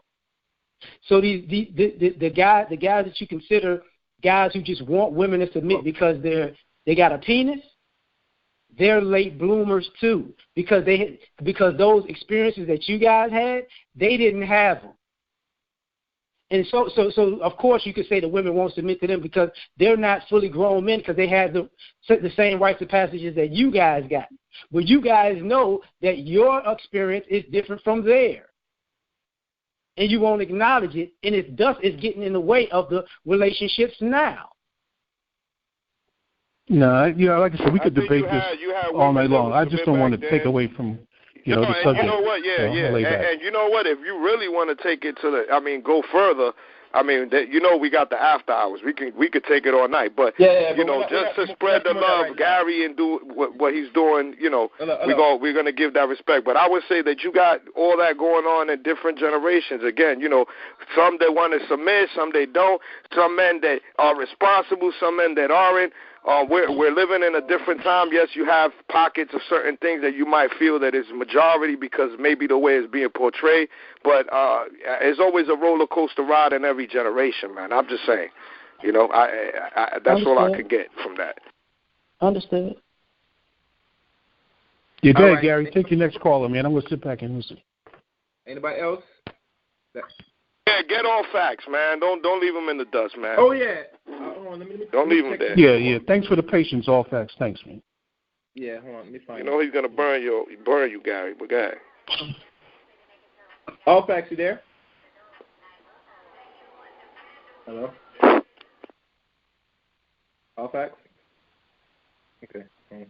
When he's ready, he'll speak. Yeah. But like I said before, this is very interesting. Hello, do you hear me? Can you hear me, Gary? Yeah, we hear you now. Mm-hmm. Okay, guys, I had to, because I thought you were going to keep me on hold for another 30 minutes, but this is a perfect example. Sometimes when you have to submit to people, you're going to be treated unfairly. Even though I felt that I was being unfairly being mistreated by Gary because he's not going in order. That's not fair. And I've been on here for like 45 minutes. I hung up the phone 45 minutes. Joe calls in, he jumps in. I had to submit to him even though I felt that it wasn't right. So there's a consequences in submitting when you want to get to an end goal. Let me say this.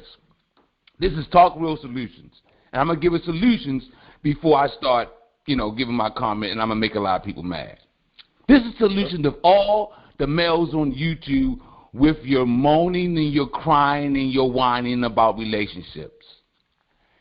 Find someone who you are compatible with. That's it, men and women.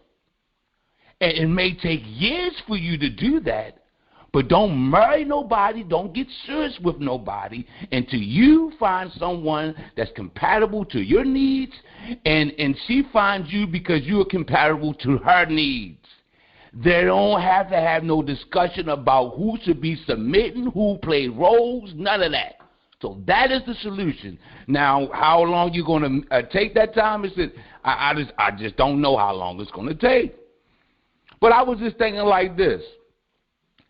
I'm hearing that what I'm hearing is women don't go to school. Men, if you have daughters, don't raise your daughters to go to school. Be good in math class. Because this is a man's world. You should stay home and submit to that man. See, women, if you go to college for a business degree and your husband is a plumber and he says, you're going to submit to me because I think we should buy this house. She says, no, honey, I've been in business school. I know traditionally you're a man and the woman's supposed to follow the man. And if he wants to move another state, I have to follow that man. I have to submit. But she's business. She says, no, this is a bad purchase. Traditionally, I'm not finished, brother. I'm just giving them as an example. My bottom line is, and I'll get your feedback, this compatibility is number one. If you're frustrated, blame yourself because you didn't find the right woman or the right man for your compatibility. I blame myself. I look at what I did in relationships. Number two, money changes a whole lot of things, and it's not a surprise. When women started making money, men are not going to be able to do the the traditional things that they used to do back in the day. He may not do what his grandfather did. He may not do what his father did because he's living in the day and time where not only black men, white men, all men are saying, women, you get your rights. And I'm going to say this. I feel more as a man if a woman can take care of herself. She has her own car, own house, own job, own everything, and she likes coming over my house. Why? Because she really likes me. It ain't no other thing. She can leave anytime she wants. But if she needs me for money, protection, roof over her head, she can be miserable if I don't know what. And I could treat her like nothing, but she has to stay because she don't have no way out. She may go to a homeless shelter. I don't want that. Some men still want that. And I'm just saying, with this new economics, once you start having someone make money, you cannot, it's going to be hard for you to stop them from making that money. Because I'm letting you know, money is power. It gives power. So it ain't no turning back. So I have no problem with the modern day women. I have a balance in my relationship. There's certain things that she's going to have the last word on, how to decorate, how to clean the house. She's going to have that. I'm going to have the last say on some things. So it's a balance.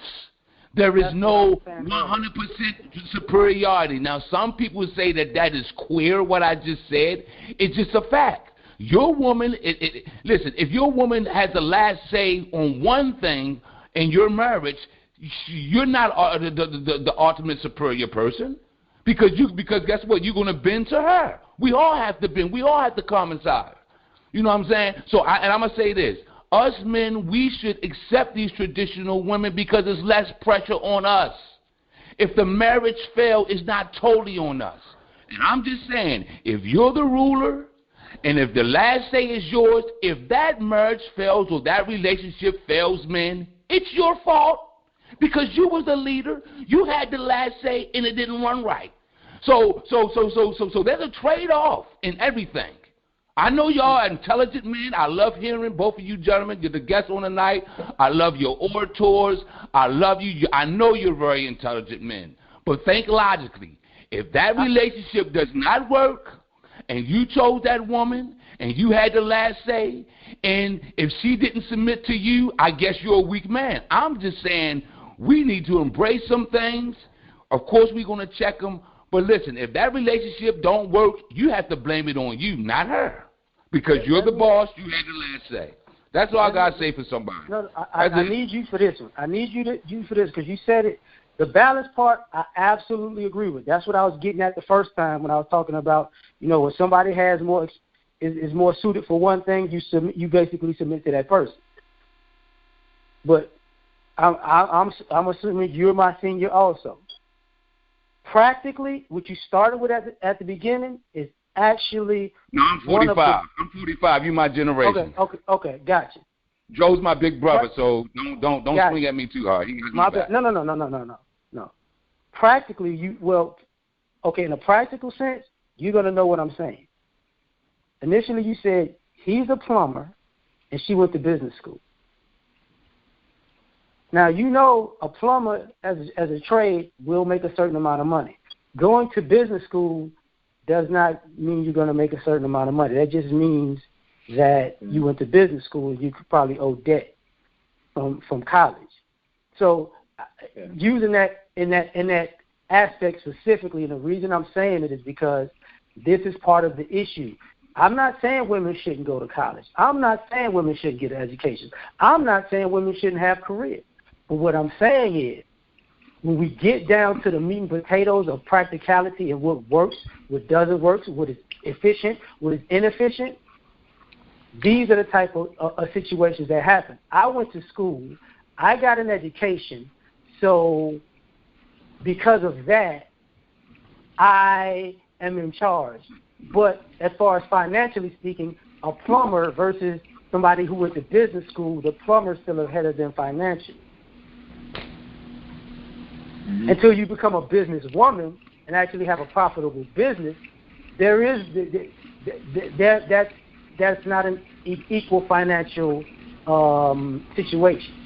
And most men, even in that situation, wouldn't mind doing things for a woman because he's doing a trade. He's probably traditional. He's going to work every day.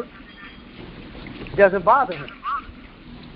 But this idea that I got an education means, I don't, you don't tell me what to do. He's not telling a person what to do. He's telling the person what's the most efficient thing. Because the leader is normally the person who has consistently the better plan. Right.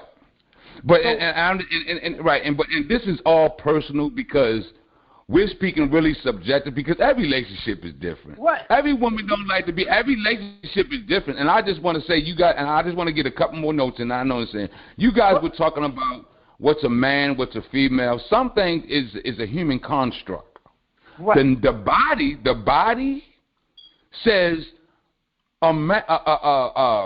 well, I guess like the Jews, I don't know. They say, in ancient times. A girl became a woman when she came on a menstrual period. A man becomes a man after his wet dream. All y'all males on here, y'all know what I'm talking about, right? But now we say, no, you can't. You're not no man if you had that first wet dream, that little sticky sheets. You're not a woman just because you have your menstrual period. So even nature may say that. Nature may say that. Some taboo cultures may say that. But in the modern days, we don't do that. So that is even changed on how a man and a woman really is. Okay? So but the only thing I'm saying is shared responsibility. I am looking for a woman that I am compatible to. I want that woman to be able to take care of herself. And I want her to say if she can take care of herself, she's with me, she really loves me. That's how the modern mind I'm going to have today, guys, because I'm not going to beat my head off and say, yo, this man, look, they changing laws. I'm just saying how us men, how are we going to adapt to this to get what we want? That's all I'm saying. And another thing, when a celebrity says something and it goes viral, we jump on and says, that means it for everything. She's talking about her relationship that people may be going through, but it's not for everybody. So everything starts with compatibility. But I'm done, brother. She's talking about her experience that, ironically, because she's a celebrity, even people who aren't celebrities and who aren't famous or rich have experienced. And what I mean by that is this. Men are masculine, women are feminine. If you look at society right now, this whole submission thing has to do with partially what she was talking about. She was trying to operate in a masculine sense, and it caused her to make a lot of mistakes and have breakdowns. What men are saying is, I'm masculine. You're not going to be more masculine than me. You might, if you want to be successful in life and be whatever you want to be in life, whatever you want to be as a woman, do it in a feminine way. Because this masculine way is really going to tear you down because you wasn't built for it. But balancing the checkbook has nothing to do with femininity. There's been scientists' research that says men or women are not dramatically different when it comes to math. Fam, I agree with you guys. I'm just saying, on the physical level, hold on real quick. On the physical level, because I've been waiting 30 minutes, real quick. On the physical level, we are different, brother. Physical level, some things that we are different. But when you're talking about balancing the checkbook, when we're talking about, women they see colors more. They have the, in your eye, they have the receptors. Women's receptors, our receptors are longer than ours. So they can see more colors. They're better designers than some men, right? I mean, who's going to decorate your house? Your wife is. The brother you're married, I guarantee you, your wife did the decorations. So there is some natural physical denial. But when we're talking about math, when we're talking about even an architect, that's drawing. I'm not talking about putting the buildings, but a woman can be an architect. She can know how to draw. You can teach a woman to be an architect. Absolutely. That's you can teach a woman to do so certain mental things. So when we talk about logical and certain mental things and start as math, what makes sense, there's really no difference between men. But when we're talking about physical strength and things, that's a major difference. It's not just about physical strength. I'm not talking just about physical strength. I'm talking about a whole grooming process. Listen, I'm sure either you have a son or you got nephews, right? They're going to grow to be men. But when they start emulating and imitating manhood at a very young age. But you have to do certain things to them to let them know you're not quite there yet. You're on your way to manhood, but you're imitating it, you're emulating it, but you're not quite there yet. All right. What I'm saying is, and with boys, it'll humble them and bring them down a peg or two because they begin to realize, okay, I do have a lot of work to do. What I'm saying is you got a generation of girls who are emulating manhood like those little boys, but they're even grown women. Now, what are the emulations? What are the emulations? I mean, imitations. As you go out into society, you'll see the lack of femininity. You'll see they want to walk like men. They want to try to assert themselves like men. They want to present themselves in what they feel like a manly fashion. They want to interact. You're talking about the homosexual community. I'm talking about a real. No. They want to walk like men. What do you mean? A real female don't walk like no man. Come on, brother. I'm talking about. We're talking about heterosexual couples here. We're not. And that's what I'm talking about. And that's what I'm talking about. Listen to me, fam. We still in a time where they've raised girls to say don't depend on men, and these girls start emulating what they think a man is. To be in this man's world, I gotta take care of myself like a man. They say this on a regular basis.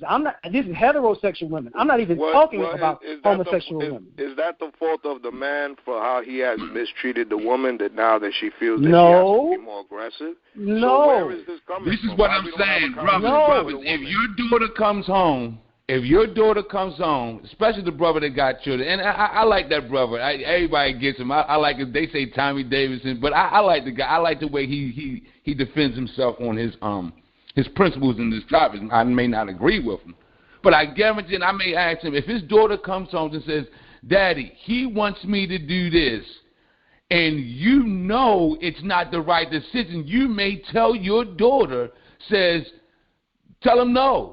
Get away from that motherfucker.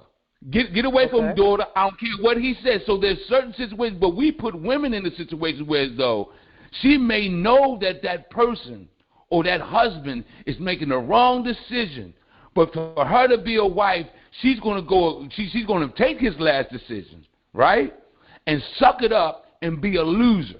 Sometimes she says, I had to say, when is the time she says, husband, you're making the wrong decision. I'm not going to go down that road. You're going to sacrifice me and my family, and I'm not going for what you got to say. And if you don't listen to me, I'm gone.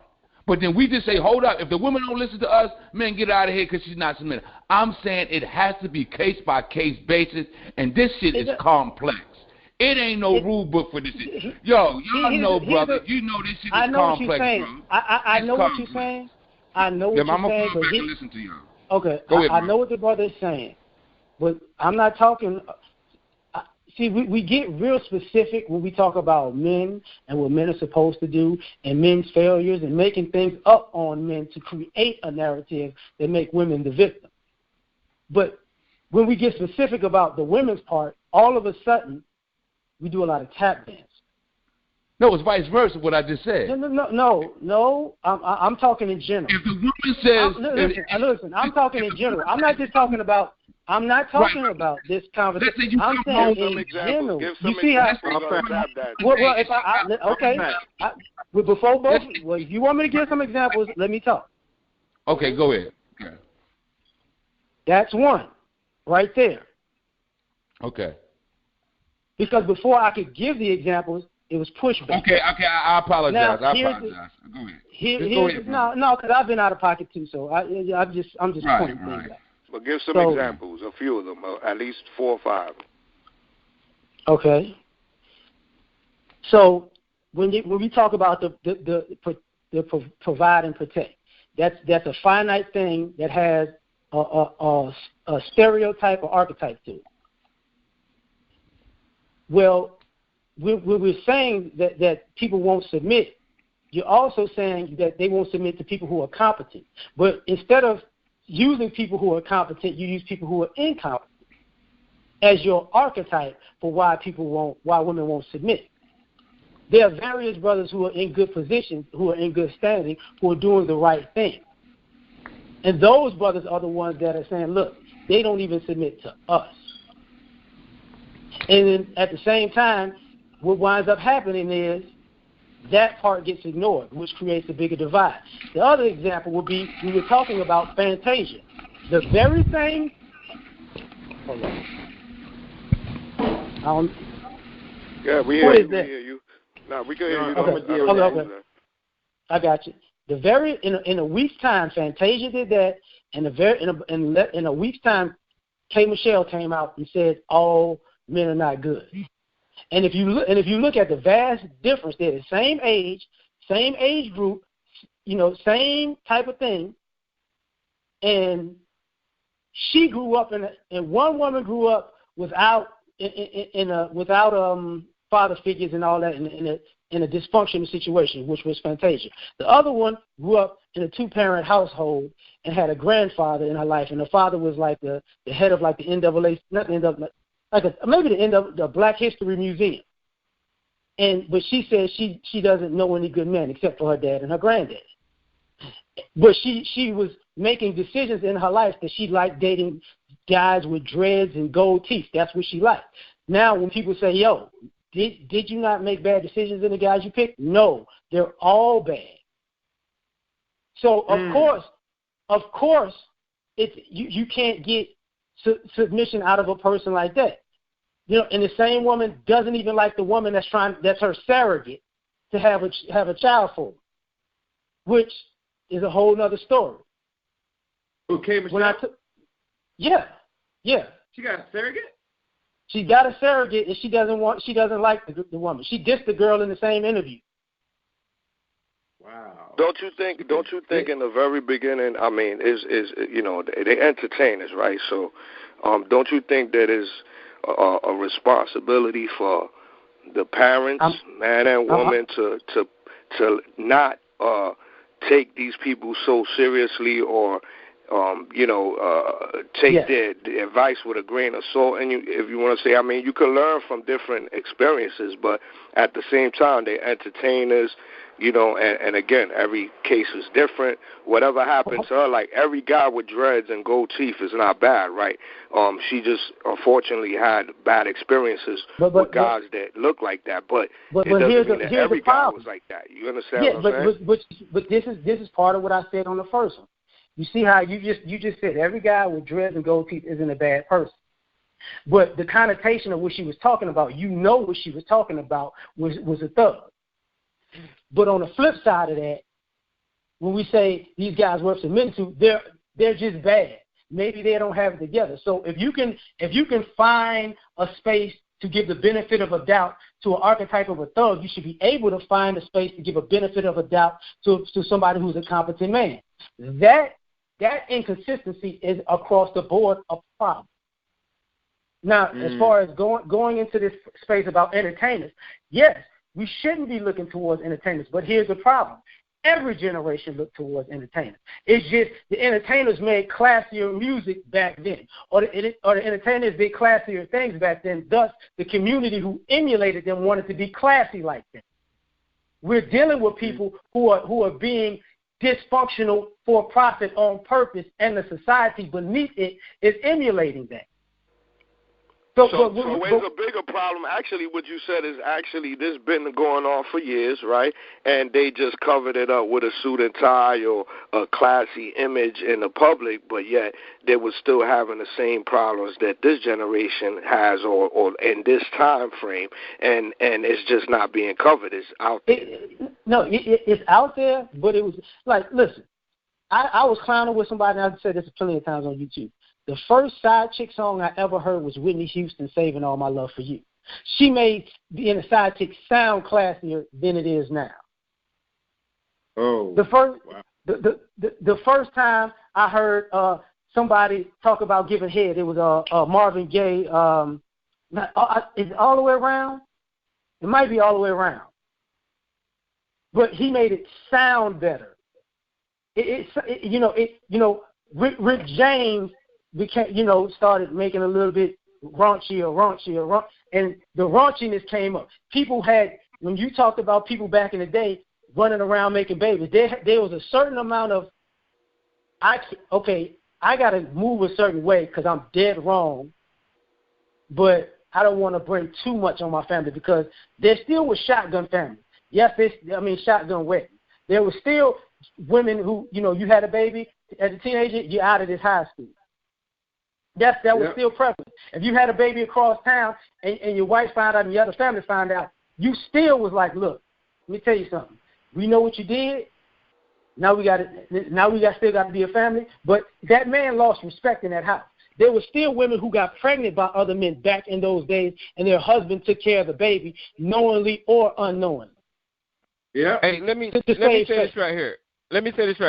And I appreciate you guys coming in, and I'm trying to get a hold of Gary because it's after 12 o'clock, and I don't know if you're going to close YouTube or not, or start your new show or whatever, and if you are, announce it. And, guys, if y'all are on the phone, y'all just either stay on the line and continue the conversation or whatever, but usually the way Gary do it is we shut YouTube down, rename the show, and start YouTube back up with the live stream. So if the YouTube go out, give it about a minute or two, and it'll be right back up. But the people on the phone, you guys don't hang up, because Gary's just going to open it back up. Now, Gary, do you want to go ahead and do that now? It's after 12 now, man. No, we're going to keep going. And let me open up 2 more lines. Oh, shit, Gary. Okay, well, hold on. Before you open up the lines, I want to be clear, because I'm going to leave YouTube running the whole while. You might as well. Okay, so YouTube is going to be up, guys, so y'all don't have to restream it. I'm going to be out, man.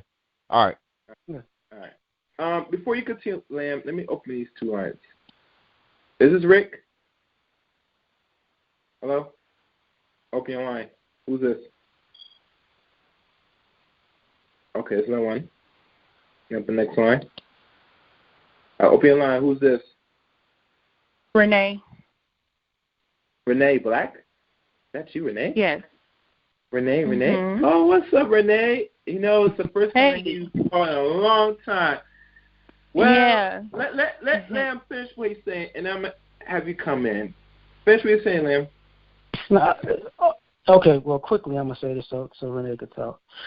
This emulating of negativity is part of the problem, because we've become so entertained by negativity that functional relationships and functional dealings amongst each other, it comes off as disrespectful. Because the idea of submission, you know, it was okay before we became public with just disrespecting each other. And this is what the problem is that we're emulating. I don't have to do this. I don't have to do that. I have my role is to do whatever I want to do. Your role is to do whatever you want to do, but we're going to be together. That doesn't work. But so, I'm going to stop there. Real quick, and before she goes, I just want to ask you, so do you think that it would be a help of it being more like China in a way, or Japan, where they control the images that's being put out on television? Over there, they do censor a lot of this stuff, whether it be the violence or, sexual things. And just specifically, I'm saying like China or Japan, where the government has more control on the images that's put out there. What do you think about that? Would that help and contribute to lessening the issues that of what you put out there? I'm going to keep it short, Renee, I promise. We don't have censorship in this country, really. But what I ultimately think we can do is, this stuff happens when people are young adults. So it's like, listen, since you're a young adult and if you take on these ideologies, these are the things that's going to come along with it. You might not see it right now, but give people those walking examples like they did back in the day. Or if you think drinking is all cool, this person's been drinking for 20 years. See where they at? You think crime is all that cool? This person was doing crime when they was young. They just got out. You see where their life's at? This person thought just having random sex and random parties was cool. You see them, all them kids she got? Is that what you want? Because we learn as adults real fast what we do want and what we don't want. We've been glorifying dysfunction so much that by the time that we don't want it, we're knee-deep in it. I'm done. All right. So what's up, Renee? What's going on? What's on your mind? Hey, everybody. Peace, everybody. I know it's been like a long time. So shout out to Tyrone. What's up, Tyrone? Shout out to Gary. Shout out to ABC, MJ, Monica, all the family, everybody on the line. What's up? I want to, so I'm assuming y'all talking about, when I came in, y'all basically talking about submission and Fantasia? Yeah. The submission in general. Fantasia is probably brief. Okay. Well, I think with, like, the Fantasia thing, I don't think that she should have been attacked the way she was by some women. I won't necessarily, well, some women attacked her. Some women were critical of what she said. I have some issues with some of the things that she said. However, I think that if it works for her and her relationship, then, more power to her. I'm not, going to go against that, because every relationship can be different. I think the biggest thing, though, with Black women, something that needs to be understood that I feel is not commonly understood in the submission conversation, is that much of what submission means in terms of the Western culture is the man, well, even beyond that, but is the man who is the provider, he is the protector. The woman more so is the domestic. She yields to him for a lot of the decision making and things of that nature. And much of that is because he's the provider. He's going out in the world and he's producing for the family. The difference with the black community has been the dynamic has always been very different from other communities. And that's because the black woman has always worked. From point A in this country, black women have worked side by side with black men. So black women were in the field. Black women had to do as much manual labor as black men did, all of the above.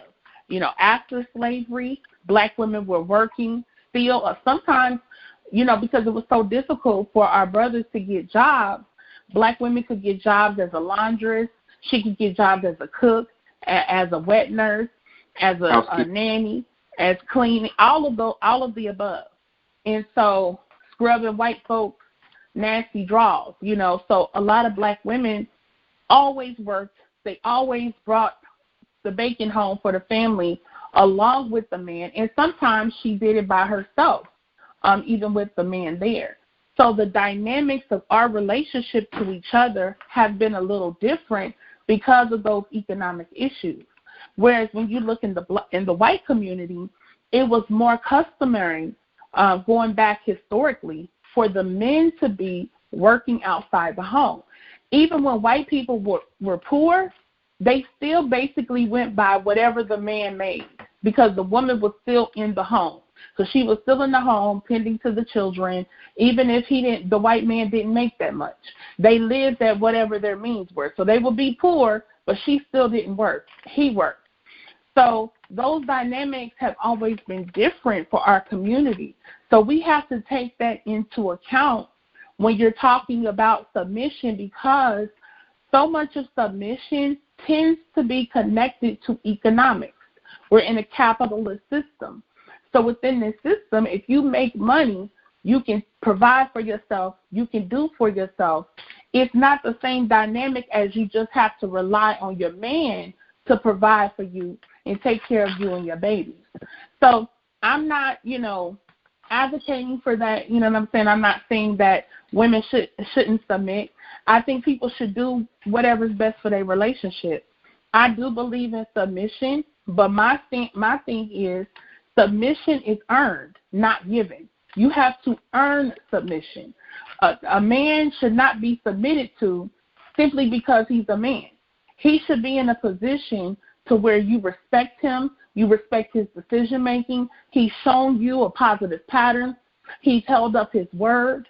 He's done all of these things. Just like a man doesn't go and get down on one knee and propose to any random woman walking the street. No, that woman has to prove herself to be worthy of being his wife. She has to prove herself to be somebody that he's willing to give his last name to. And so my stance is the very same thing with men. They have to prove they're worthy to be submitted to.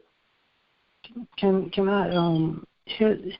I don't disagree with you saying. I just want to add a bit of nuance, if you don't mind.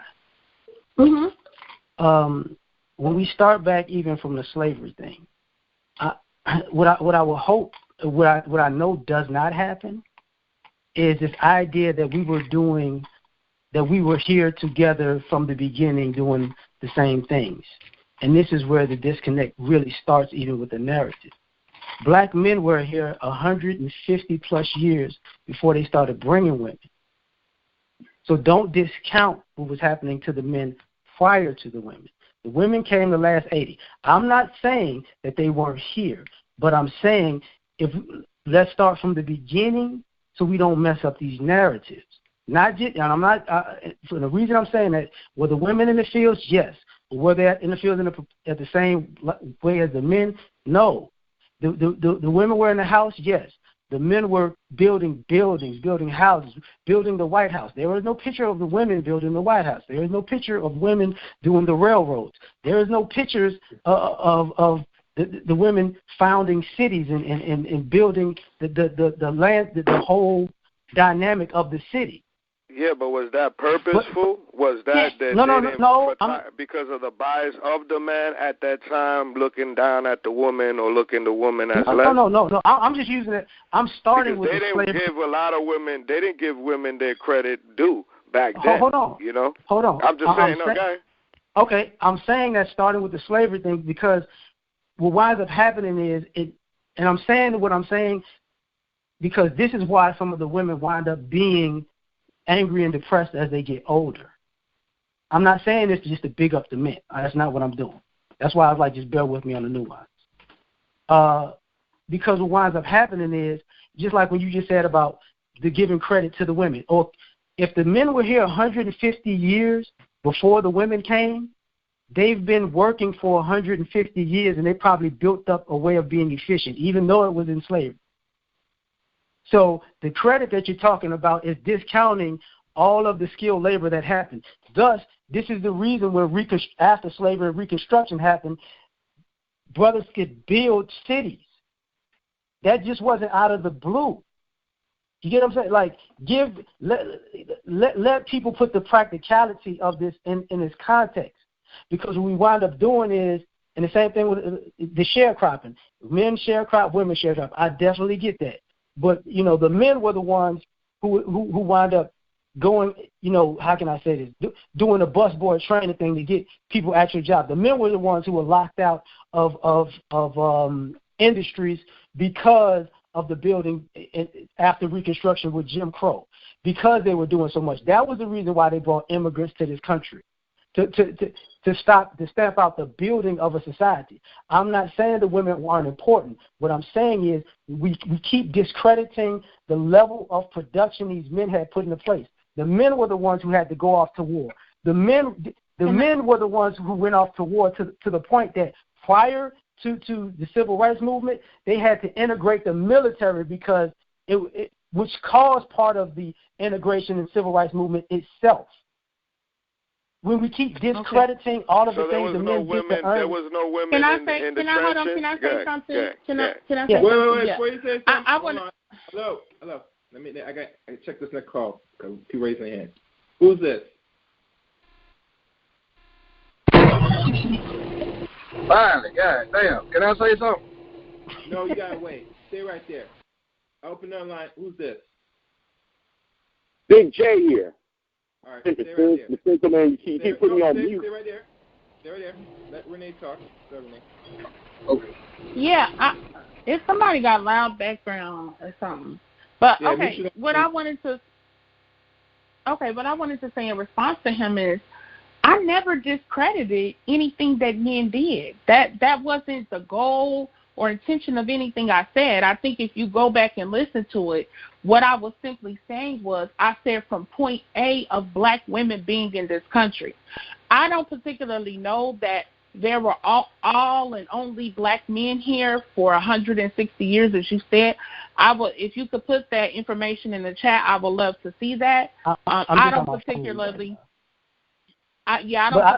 know. Just let me finish. I don't particularly know about that. But whatever the case, even if that is true, I said from the time that black women were in this country. So from the time we were here, from point A, we were working. We were working like men. Now, I'm not saying we did every single same thing as men did, but we were forced to work in that same capacity. You talked about the sharecropping and all of that. That's hard labor. That's considered hard labor work. And you had women who were doing the same work as the black men in those fields. That's not diminishing black men. That shows the brutality of the slave owner. I'm not saying that to diminish the hard work that our brothers put in. That wasn't my goal or intention at all. That really had nothing to do with what I was saying. And that's not why I was saying that. If you want to, and also in terms of, if you do want to discuss that, when there were the bones found in Wall Street, where they dug up like what was a slave cemetery that was underneath, the bones that they found of the people buried there were that the people literally worked to death, and they found the bodies of women, of slave black women, who literally their muscles had detached from their bones. They literally worked to death. So in whatever capacity that you want to put it in, black people, black men, and black women worked to death. They worked hard. They did everything, like you said, from building buildings. And you have history of Wait, Renee. That's the part right there. I'm not saying it to say. I'm not saying what I'm saying to dispute with you. But right there, the point of men and women understanding that just because we work does not mean we're doing the same thing and it affects us the same way, and we're doing the But I'm not trying to make a... I get that. You didn't let me finish. I'm not, you didn't let me okay, finish. You didn't let me finish. I just want to say this because this is not even the direction that I was intending. So I'm not sure, again, if you felt that I was trying to diminish black men, not at all.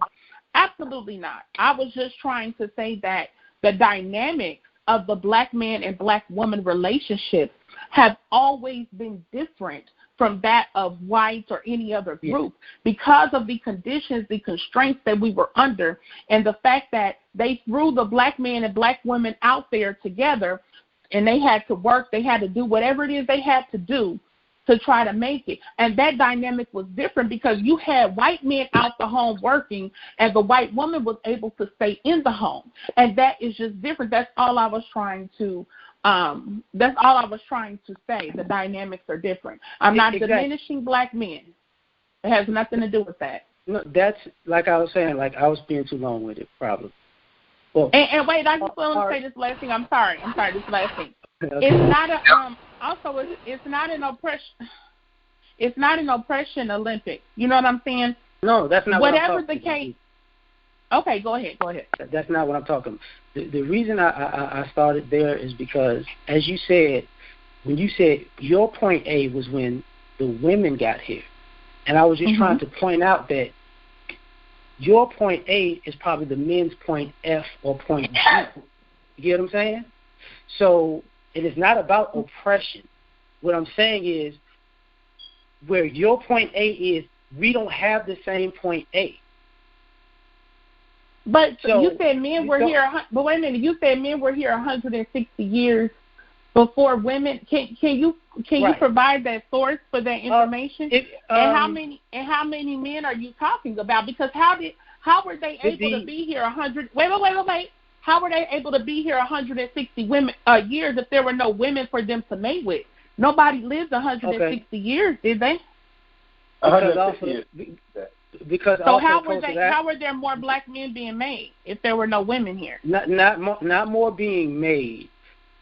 Men were the ones who were the initial slaves that were being shipped. Like there's 300 people a day from the coast of Africa at certain places. Okay, so. But that's just not true. That actually is true. Like here's the thing. It's not. I don't know how y'all. You know what? Y'all. But I can provide the source. Now. Okay, I want the source. This is not why I was trying to make a point that was out, using that history as a springboard to the point. Can I speak? Whenever y'all get through, y'all do. Wait, I'm falling back. Go ahead. We shouldn't even have to go back to 45. When we're at a point of having a conversation, just men and women in general. Yeah, that's the first thing. That's the first thing. Okay. You say what you want to say because you gonna cut me off regardless. I'm talking, man. This all you gotta say? No, I don't want to hear what you gotta say because you wanted to cut me off the whole time just to say it. So I'm gonna finish my point. I just want to be as rude to you as you was to me, okay? There you go. Listen.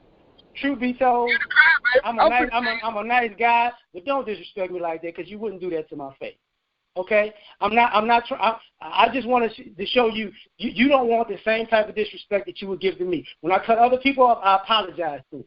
You get what I'm saying? Now, that all that fuck you shit, I promise you, I would never talk to you like that to your face. But if you ever talk to me like that to my face, I would hurt you. That's not cool, and I don't play like that. All right. Now, what I was trying to say is, like, me and my female friends had this very conversation, and the lady was like, well, we work too, and we got jobs, and we do this, and we do that. And I said, listen, I get that you work. I get that you have jobs. I get that you make money. But please do not, if I'm working outside in construction and you're working in a building doing tech, we can both work 8, 10, 12 hours. Those are two completely different types of work, and they're completely draining in different ways. Don't assume that your work is just as physically taxing as mine. I understand that you're working, but don't equate the two as if they're the same. Because if we flipped it, the guy outside in the woman goes outside to construction for 8, 10, 12 hours, and the guy goes into the building and works on a computer, he's going to be like, damn, this is it. And she's going to be damn near ready to die. So I'm just saying that vantage point is different. When you tie the vantage point as the very same thing, you put yourself at a disadvantage. And I'm tired of seeing our women say they're working hard and doing this, that, and the third, and then they put themselves in a position that they can't come back from. But you keep again, I'm not making an oppression Olympics. My point is just to say this is real simple. Black women did hard labor too. Black men and black women did hard labor.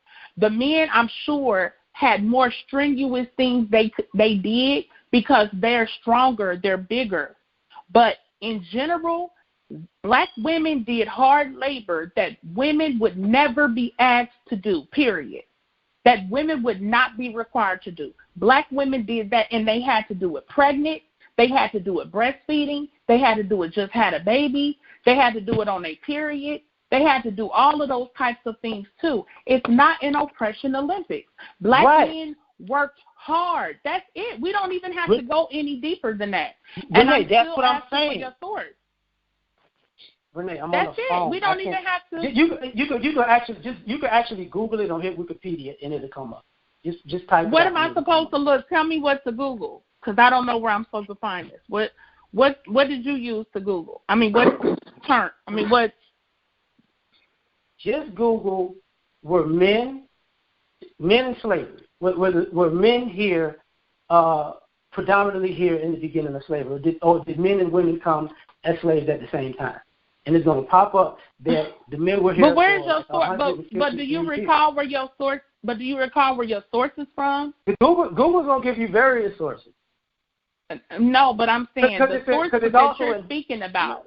Not where off the is top it from? of my head. Renee, it's all in historical books. You can. They're in books. In the books Renee. that have been in America. The daughter of the trade talks about it. Then there is another book that I'm trying. It's not off the top of my head. The daughter of the trade talks about what? You know what? I'll let y'all two talk. I'll come in later on. It ain't in the background. Renee, the daughters of the trade talks about what? The daughters of the trade is a book about slavery. Chill. Let me get this out the way. Right now we're not gonna deal with the source right now. But next time we will, because right now Renee's not even near his computer. He's on the phone, so we're not gonna go waste time to look up source. If you give it a look, you could probably do a little breakdown from now. But to move on, because I would like the source, but not tonight, because we're already late for that already. So let's move on. Moving on. But allow me. Can I say this? See, this right here is the problem. This is my problem. L.R. movement. This is my problem. Never mix gender issues into racial politics.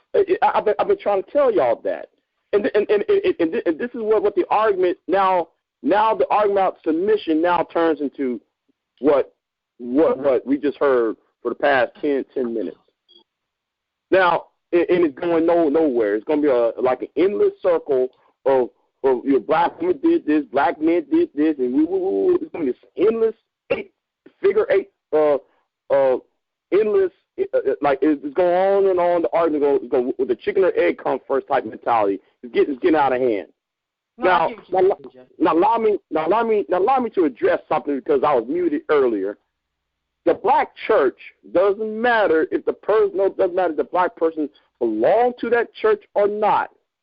That black church was an institution unlike its white counterpart, because that black church was an economic center, a political center, a spiritual center, all in one. It was even a hospital as well, a health facility, all in one.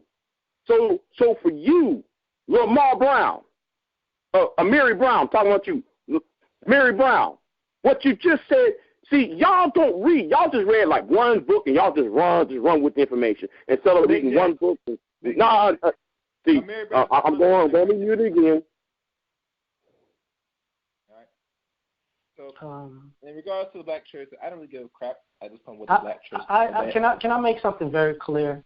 Yeah, make something clear, please. Yeah. The reason I'm saying the things I'm saying because we have a tendency to run with a narrative, and we build on a narrative, and it causes friction between the men and the women.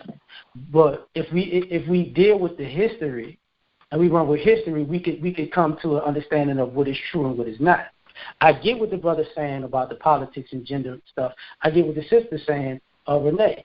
But the reason I'm saying this is because when there came a point where it's like, what the men need to be worthy of submitting to. But if you don't really know the history of the men and the women in totality, you're just picking narrative. You know, the church thing is a narrative. You know, part of slavery I is do a know the narrative. history. I'm not talking about I you personally personally. do know. No. I'm not saying, like, even when I was talking to you, it's not necessarily a personal shot at you. I've been on YouTube so long that I realized the ideologies permeate for a very long time. And you hear the narratives over and over and over again. And part of our interaction as men and women is not coming from a place of actual fact or truth more than it is narrative. I don't. That's why in the beginning I was telling you I don't disagree with what you're saying about women being working and being hardworking. I don't disagree with that at all. I agree with that. But when it comes, when we play it out as in totality, I don't want the women to put themselves in a position like I hear them say now. We were forced to do this and we were forced to do that, because now you're seeing women who are in positions to be with men who will lighten the load on them, and they still choose the narrative that he'll never be competent, even though the proof is in the pudding right in front of her. And then she still goes left, and she still says she's forced to do something when she wasn't. Okay. That's fair. I don't necessarily, that's fine. I'm not, necessarily disputing that, because I'm not really sure about, where all you were coming from with that or whatever. But, I'm not seeking to diminish the contribution of black men at all. It's just to show how much we contributed together, how much we both did, and how much we both were forced to do. And black women were forced to work, just like black men were forced to work. We were forced to work for free. That's what a slave is. We were owned. And whatever it is they felt that they wanted us to do, we had to do it, whether it was male or female. And I think that, sometimes there is a narrative, and I'm not even going to say that because I don't even want to go down the road of, any gender, oppression, Olympic stuff and all of that. Like, I don't even want to go there. My whole premise is on black power. My whole premise is on black people and being black first. And I don't push gender politics. I don't come from that position. Now, sometimes the conversations are necessary to have. Sometimes they are, it's something that we should be able to talk about, some of these dynamics between black men and black women, and that's fine. But in general, I'm not pushing any gender thing. I'm not on that gender stuff. I don't support feminism. I also don't support the MGTOW stuff and all of these different things. I support black men and black women working together as cohesively as we can. And so I don't want to even go into any type of oppression Olympics. We both had it hard. We both had it rough. this. So I'm gonna change it in a. Wait, hold on. Like, calm down. Now,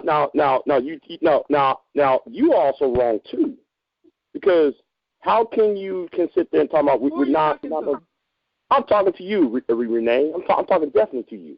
You see, how can you sit there and say you're not here for Oppression Olympics, but yet you do play Oppression Olympics with other black black men on YouTube? Hold on. Wait a minute. Wait. Hold on, Big J. You know what? I'll back away. No. Hold on. Wait. No. I'll back away. Wait a minute. Just keep it to the show topic, Big J. There ain't nothing wrong with you asking questions, but keep it to what y'all talking about right here. Don't back away. Go ahead, Big J. You backing away because you don't have nothing to prove. You don't have nothing to prove what you're saying. That's why you backing away. You're just talking. So I don't have a problem with you saying that. Give me specifics. I don't deal with, people just saying stuff. You got to give me specifics. You got to tell me exactly what you're talking about. So when am I playing gender oppression or? No. I'll come with you later on, Renee. I'll let you talk. I'll let you talk. Go ahead. That's kind of cold, though. I will say that's kind of cold. Yeah, that's cold. Well, I was trying to. You said right. I'm cold. Hold up, but Renee, I was trying to have y'all stick to the conversation of what y'all was talking about, Big J. Okay, well, my bad. Renee, when I talk about the narrative, I can make the narrative modern, like you were talking about. It's really not about an Oppression Olympic.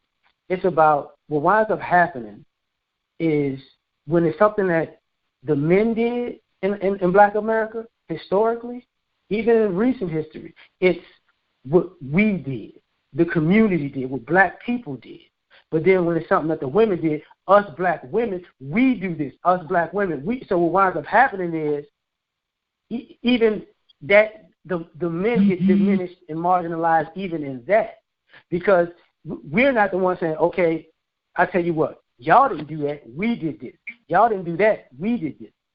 Because this is what is the building problem, even with dealing with quote with submission, is because you have a narrative of the women saying how great and grand they are, and they're beating their chest and saying, look at me, look at me, look at me. But they're saying, look at me, even when it's saying that the men did.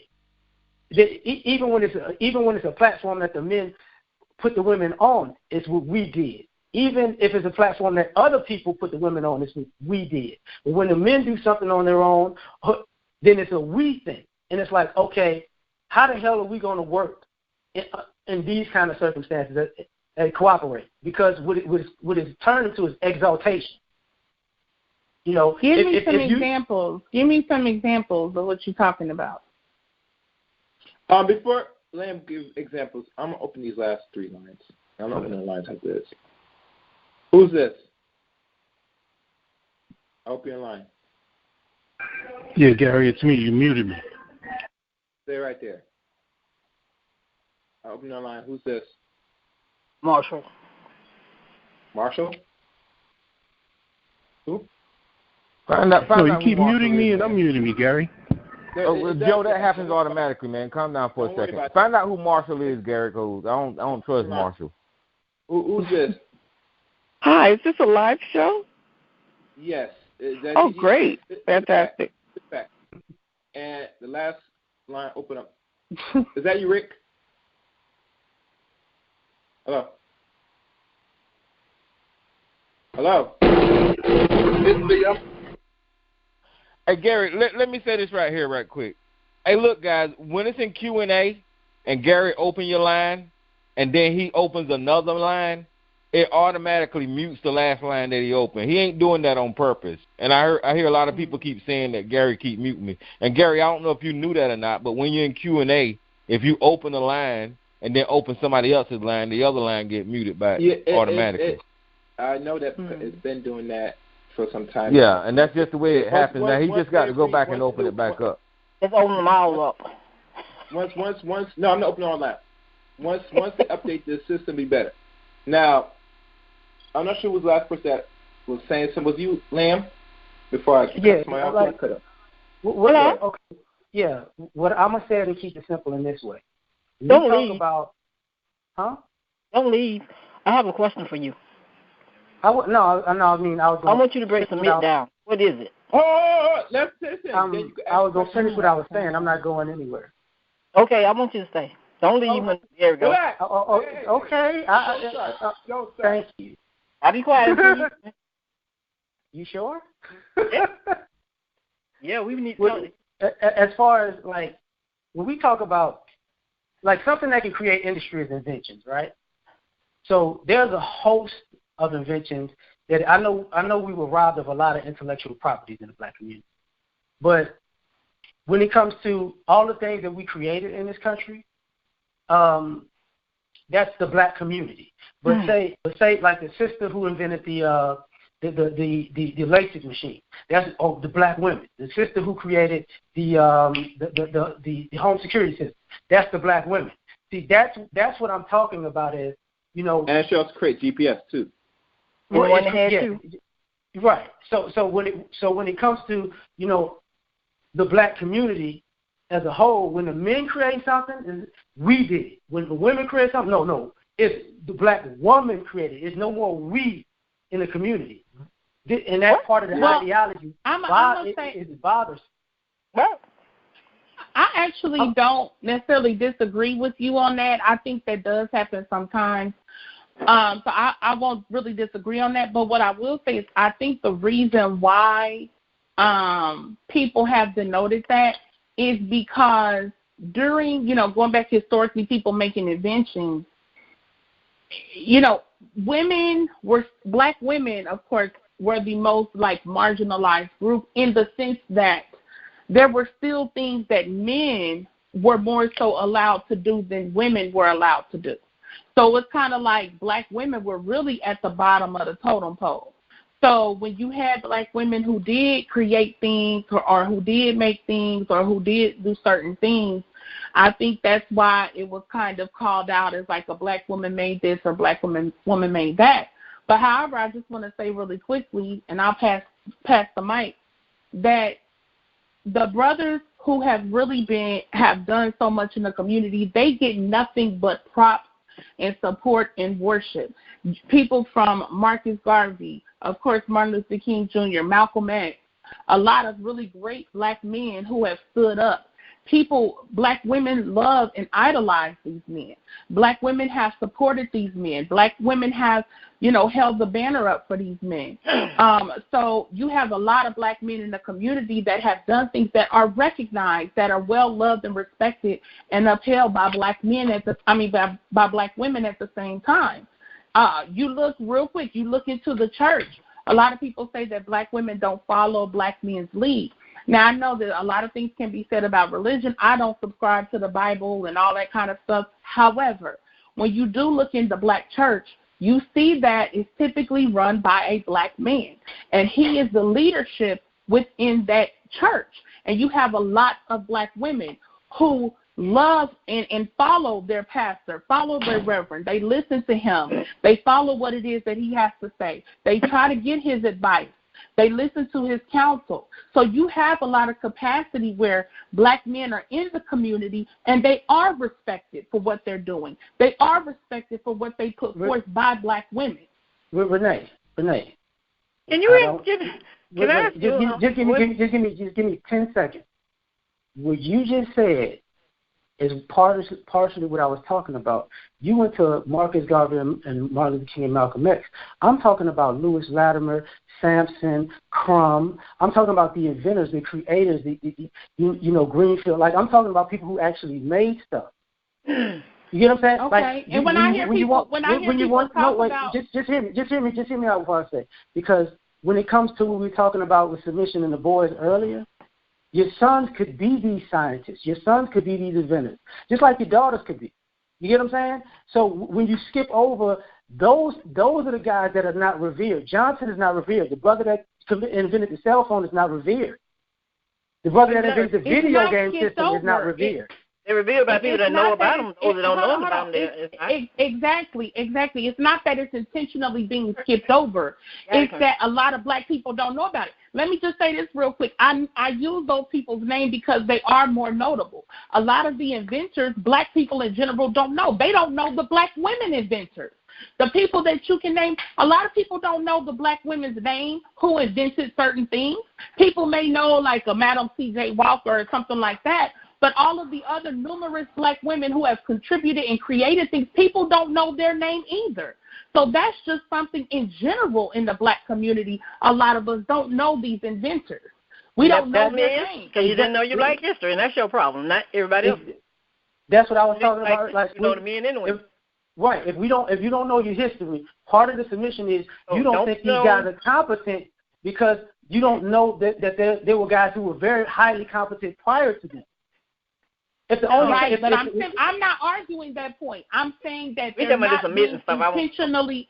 Hold on. I'm just saying they're not being intentionally skipped over, which is what you said. I'm saying the people are ignorant to it. It's not that they're intentionally saying, I'm skipping over these inventors because they black men.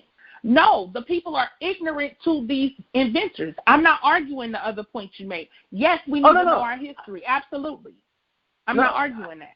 I get that they're ignorant. You know, I'm just adding to the part that it's willful, because we choose to prop up who we want to, even though the information is presented to us. A lot of this information, a lot of people were told as younger people, but were told to be something other than that. So now, can you get back to the submit part? What do you mean? Show me what you mean, and submitting to what?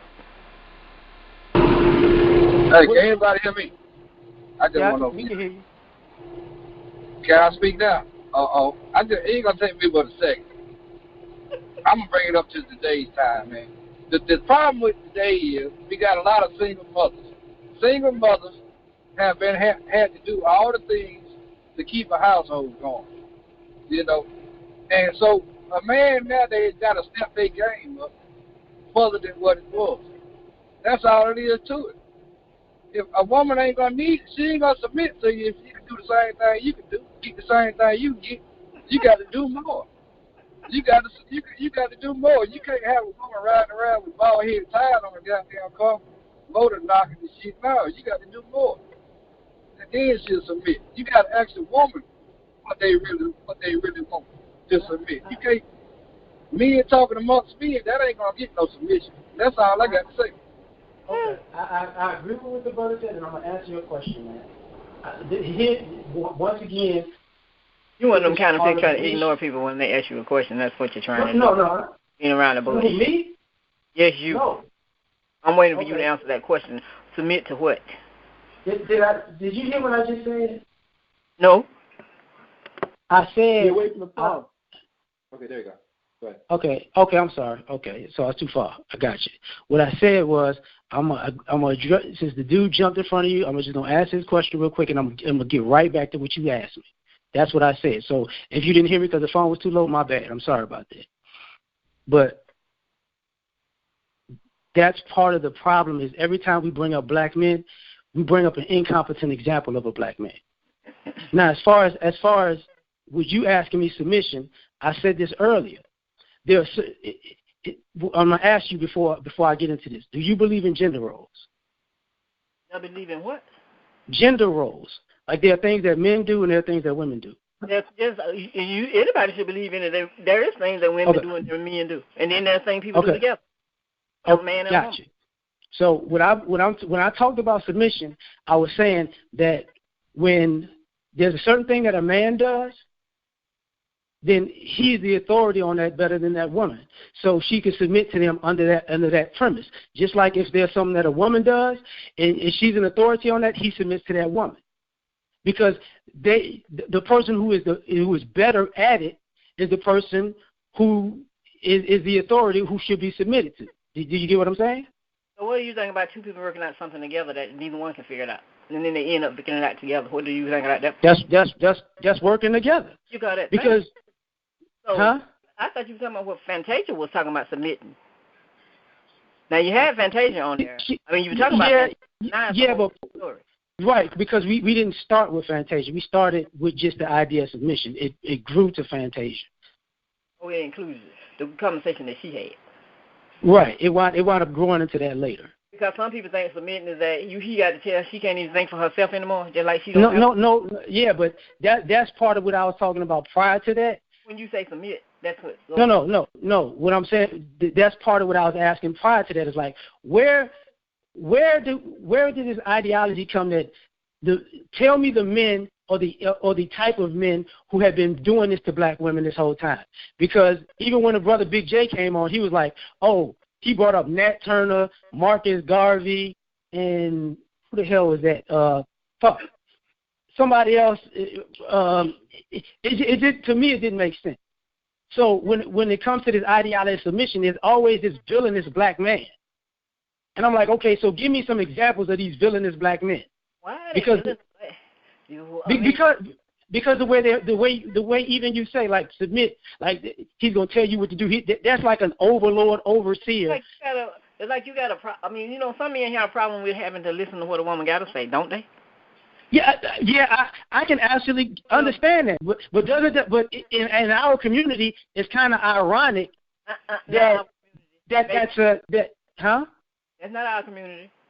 No, yeah, in our community, it's kind of ironic that the women have no problem being exactly that to the men. Have no problem doing what? I'm gonna tell you what to do. You're gonna do what I say. You know, it's gonna be my way or the highway. That's the irony of this. No, that's what I have. Everybody don't have that. It may be within you and your way, but not so you can't put that on the community.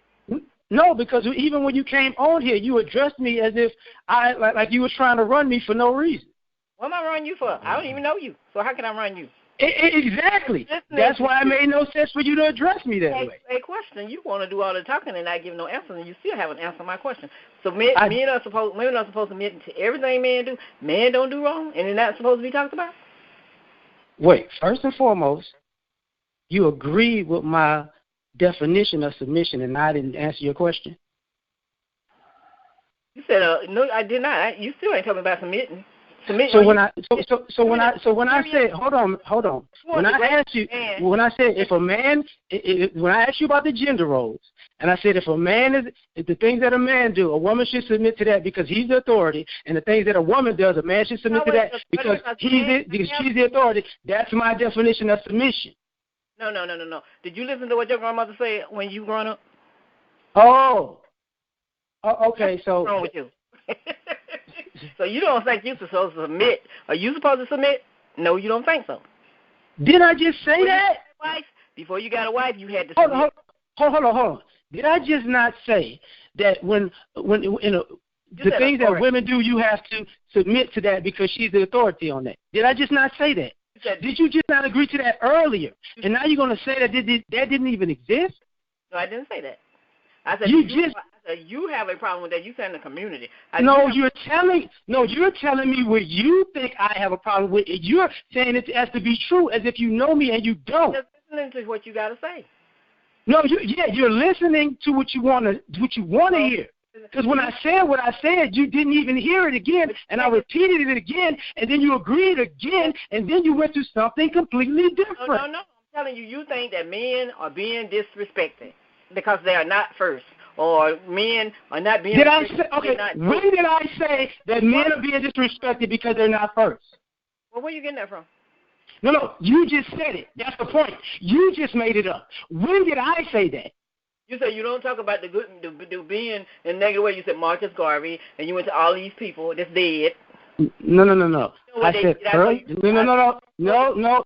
I was telling you a conversation and what was told to me.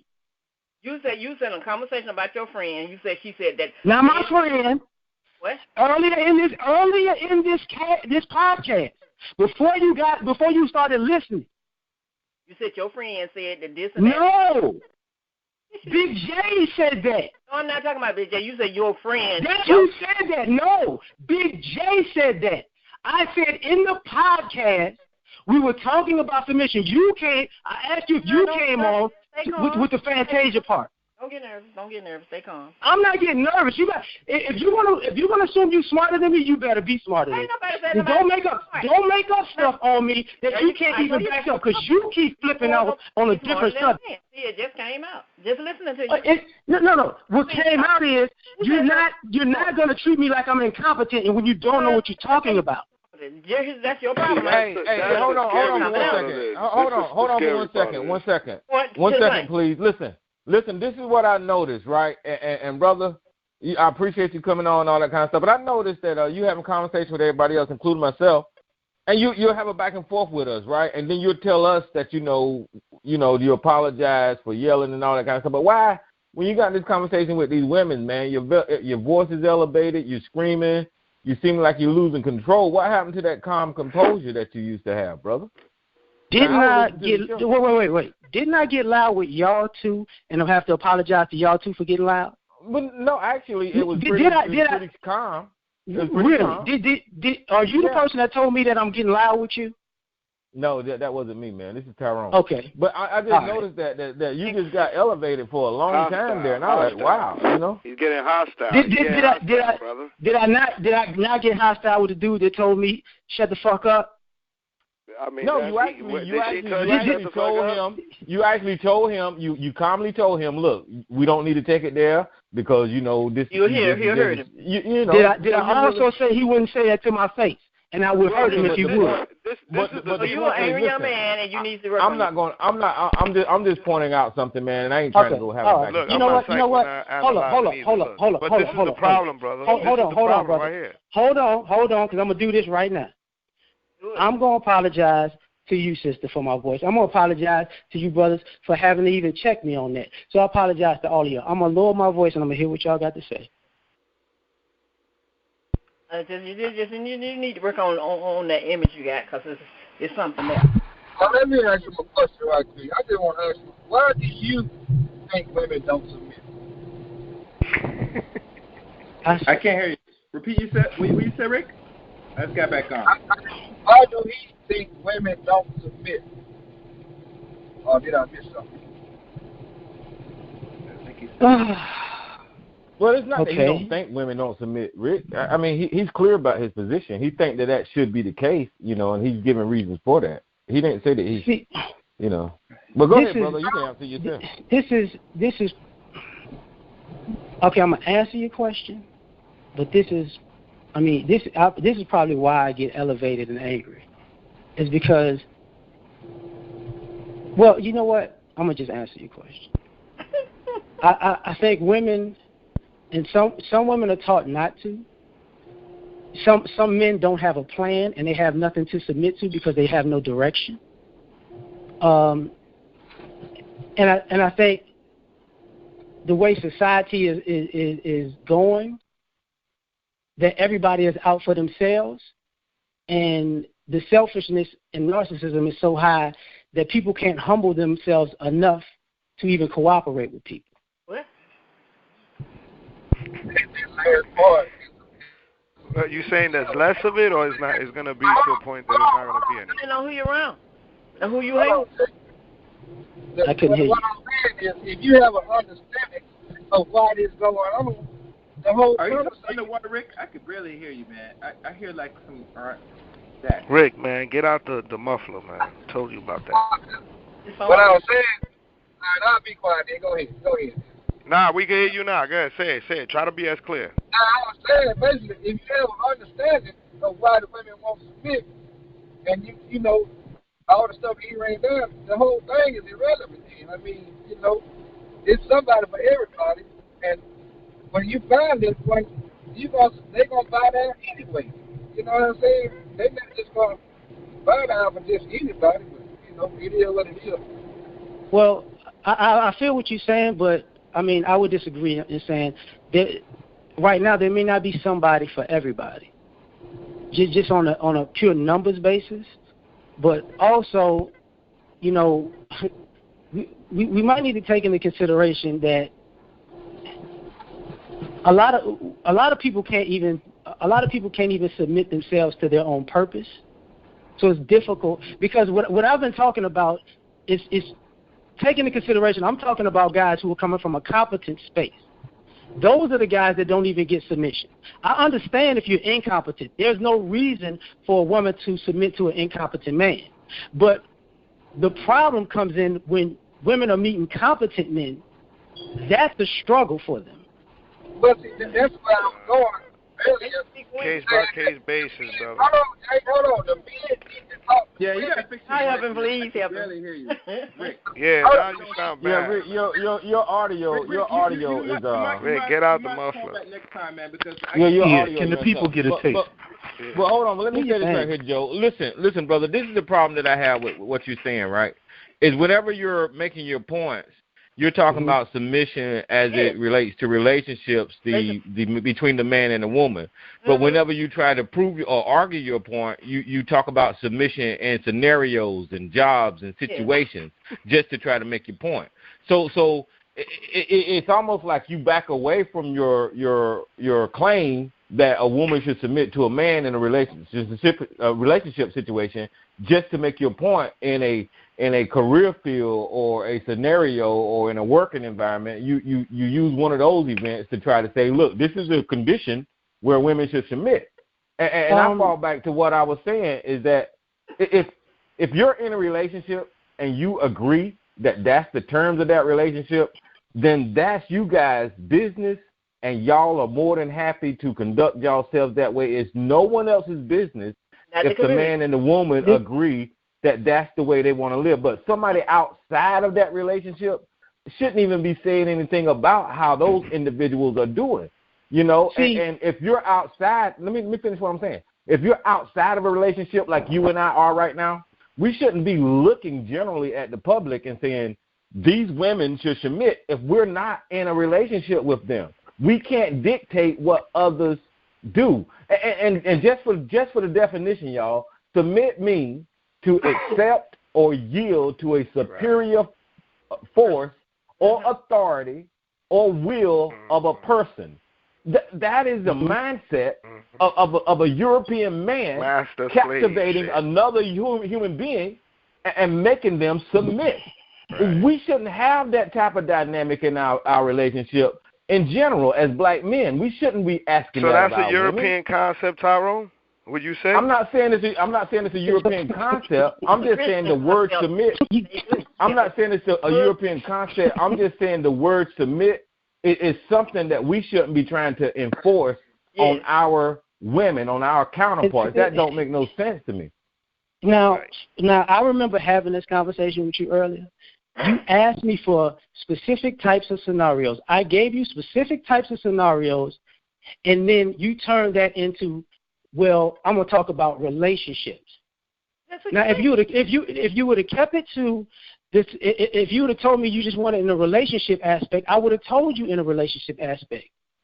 This is why me and you had a disagreement, because when you asked me, I went to scenarios, and the first wasn't even a scenario with industry. It was with two men in two different fields having to submit to each other because one knows the field better than the other. So I get what you're saying. That's different from a relationship. No, brother. Exactly. Listen, hold on, brother. When you and Chaos opened the show, right? You guys started talking about the black man and woman situation and relationship, and in our community, there's a problem with black women submitting. That was y'all conversation. Yep. So once y'all opened up with that conversation, and then when somebody pushed you on that conversation, you went to these scenarios and men should be submissive in these conditions and surroundings, or women should be submissive in this. You the one took it out of the original conversation that you and Chaos was having. And to prove your point, you get what I'm saying now? Yes. Now I get what you're saying, but let me put down as part of this. I was being consistent. Because when I did what I did, I also asked you, just like I asked the young lady earlier, do you believe in gender roles, male and female gender roles? And I put the same aspect to what I said to the gender roles.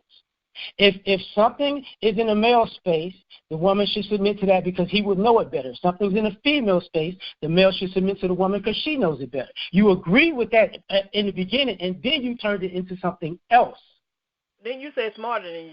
Listen to what I'm saying, brother. And I explained to you why I accepted your version, because you was trying to make a point. You was saying that just to make your point so we can go with the conversation. And after you got finished, I told you why I did not agree with it. I told you why it was asinine. So I don't agree with it. Brother, that's what I'm saying to you. When you play this back, it's not an issue about what you saying. What I'm saying is asinine. The issue for me is you initially agreed with exactly what I said, and then a few seconds later, then turned around and said that same scenario was asinine. Say that to me. That's where it's like, wait, what are you doing? Because if we're on the same page, we came to an agreement. How did it turn to be asinine? And the reason why that it went asinine is because when you said the male part was asinine to you, but the female part wasn't asinine to you. Okay, that's when we had the disagreement. Okay, well, hold on for a minute. Let me break it down. It was your turn to talk. You was painting a picture, and in order for you to finish with your thought, I was just yes, agreeing, so you can get to the end, to the conclusion, so you can finish your picture. Once you finish drawing your picture, I told you how your picture was bullshit. That's what the conversation, brother. Just because while you was talking that I was saying, I agree, go ahead, that doesn't mean that I was agreeing with you. I was allowing you to finish your thought. Do you understand now? No. Well, how I come up, if you say yes and I agree, and then say it's bullshit, I'm not the one that's confused. If we would have stopped every inch of the way and debated every idea, you would have never had to finish. You never had a chance to finish your thought. So I wanted you to finish your complete thought. I understand what you just said, but that was part of our disconnect. When you say yes and I agree, I'm thinking we're on the same page. I don't understand. Yes, I agree. Can you make it more clear? Listen, brother. What part of I wanted you to finish your thought without interrupting you? Don't you understand? I was being courteous. I was letting you finish. I was trying not to cut you off. So I allowed you to finish your thought. I definitely get that part, but don't initially when I talked, before you talked, and you heard what I said, I told you as soon as I came on the phone, I said I disagree with everybody on this phone. That was my first words out of my mouth. So I can't go from disagreeing with everybody on the phone to agreeing with the dumb shit that you're saying. That doesn't make any sense. So for me, that comes off as being double-minded. I don't agree with what you're saying. Then we have a conversation, and you say, yes, I agree. You know what? And then you turn around and say that's bullshit. And look, I don't understand this will be an all-nighter. I just had a question, man. Yeah, we're crying over spilt milk here, and I don't agree with the whole submission part, unless it's agreeable in the relationship. If a person agree with it in the relationship, then yeah, you guys do that. Like I said, I was married. Me and my wife submitted to each other. It wasn't you submit to me. So that's just the way a relationship works. You work on that, you talk about that, and if that's the way you want it, then that's the way it's going to be. But when we're on social media, like yourself and others, and y'all sitting on y'all platforms telling black women they have to submit to you because you got a penis and they got a vagina, there's a problem with that. That's stupid. Oh, whoa. I'm sorry. Do you mean me directly, or you just mean like the people that? Okay. Is that clear? If you're included in the little scenario there, if that's what you do, then I'm talking to you. If you that's why I'm asking. That's why I'm asking. I'm trying to tell you, I don't know you. I don't listen to any of your stuff. Well, in all scenarios, hold on, Jay. Listen, if you're sitting on social media as a black man, and you're telling the black community, the black woman specifically, that they need to submit to black men, then yes, I'm talking to you. But if you don't do that, then I'm not talking to you. Gotcha. I mean, and you in all cases. So you should because I heard in the beginning you had said, well, if there's some guys that are not. They don't have it together to be for a woman to submit to. So are you saying on all occasions that women should be submitted to, whether they have a job or don't have a job, or they make more money than you or don't make more money? Or are you saying when they have less or less education or make less money that they should submit? Or is it around, or is it 100% whether or not? I think I know what you're saying, so I don't know if I'm going to answer it right, because I'm trying to piece it together. What I'm saying is, if you are a leader in a situation and you are competent and you are a better leader than the other person, and they recognize that, then they should be in leadership. Now, if you're not competent and you're not the best leader, there is no way that a woman should submit to a guy who is not competent and is not a good leader. I don't believe in it. Okay. Because you're so going to you be made that clear. down. You confused. Yeah, you're going. Okay. Gary, keep going, brother. I'm listening to that. I just wanted that clear. That's all. Now, as far as some flaws in that logic, though. As far as money and stuff goes, that's a bit of it's kind of a tricky subject because you can make more money in this day and have more debt than the other person. So a person can actually have more money, make more money, but have less. So that's part of the issue with the Fantasia thing, because part of the issue was they looked at the guy like he made less, but she went but she went broke twice. So when they met, she was broke. So on a financial sense, even though they both had checkered past, is that that's helped leadership in the sense of getting the financial stability back. You get what I'm saying? Huh? What happened to Fantasia? That's your life? I mean, that's not everybody's life. That's Fantasia. No. I'm not saying, I'm not putting it to my life. I'm just saying in the sense of, some people are better at making decisions than other people. Yeah, some are. It don't have to be a man. But that's my point. Like, I wouldn't tell a woman if she's better making that decision than a guy, go submit to him because he's a guy. That doesn't make sense, because that's going to drag them both down. If some woman asks you for an opinion, even though she knows what she wants to do, and she asks you for her opinion, and you gave her an opinion, and she didn't agree with the opinion you gave her, but she wanted to know your opinion on what she was thinking about doing, what is that? That's just advice. So you were saying you don't. If you ask for an opinion on something, that doesn't necessarily. That doesn't. You have to willfully. If a person has a better plan, you have to willfully say, "I'm gonna go with it." If a person is a better leader than you, you're gonna have to willfully say, "Yeah, I'm going with your leadership." That's what I'm talking about. As a person, if the better person, how you determine if they're a leader? If they're a better leader than you, like if two people, but if you get with a person and he makes better decisions than you, then that happens between you and him. If you make better decisions than him, then you make better decisions than him. I'm not disagreeing with that. But my thing is, if it was me and you, if I made better decisions than you and you still got a problem with that, then that's just being rebellious for no reason.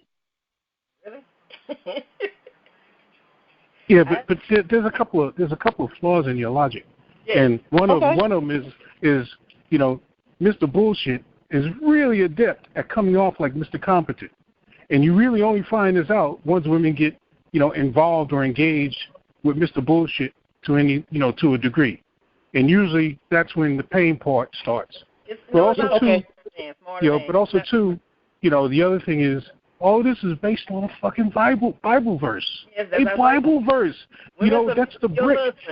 That's what's in your Bible, and that's where you got it from Sunday school. No. That's the brick upon which. Excuse me, let me say, I had a brother. Never mind. I'm dead, Maze. I'll sit back. Can I finish? And then I'm gonna leave. He said his wife should submit to him. I should submit to him for what? She's not your slave. Just because she's stupid enough to do it, that's okay too. So that's where you got that from, submit, and that's what you're talking about. No. But let me ask you this. What? Should a man submit to you? No.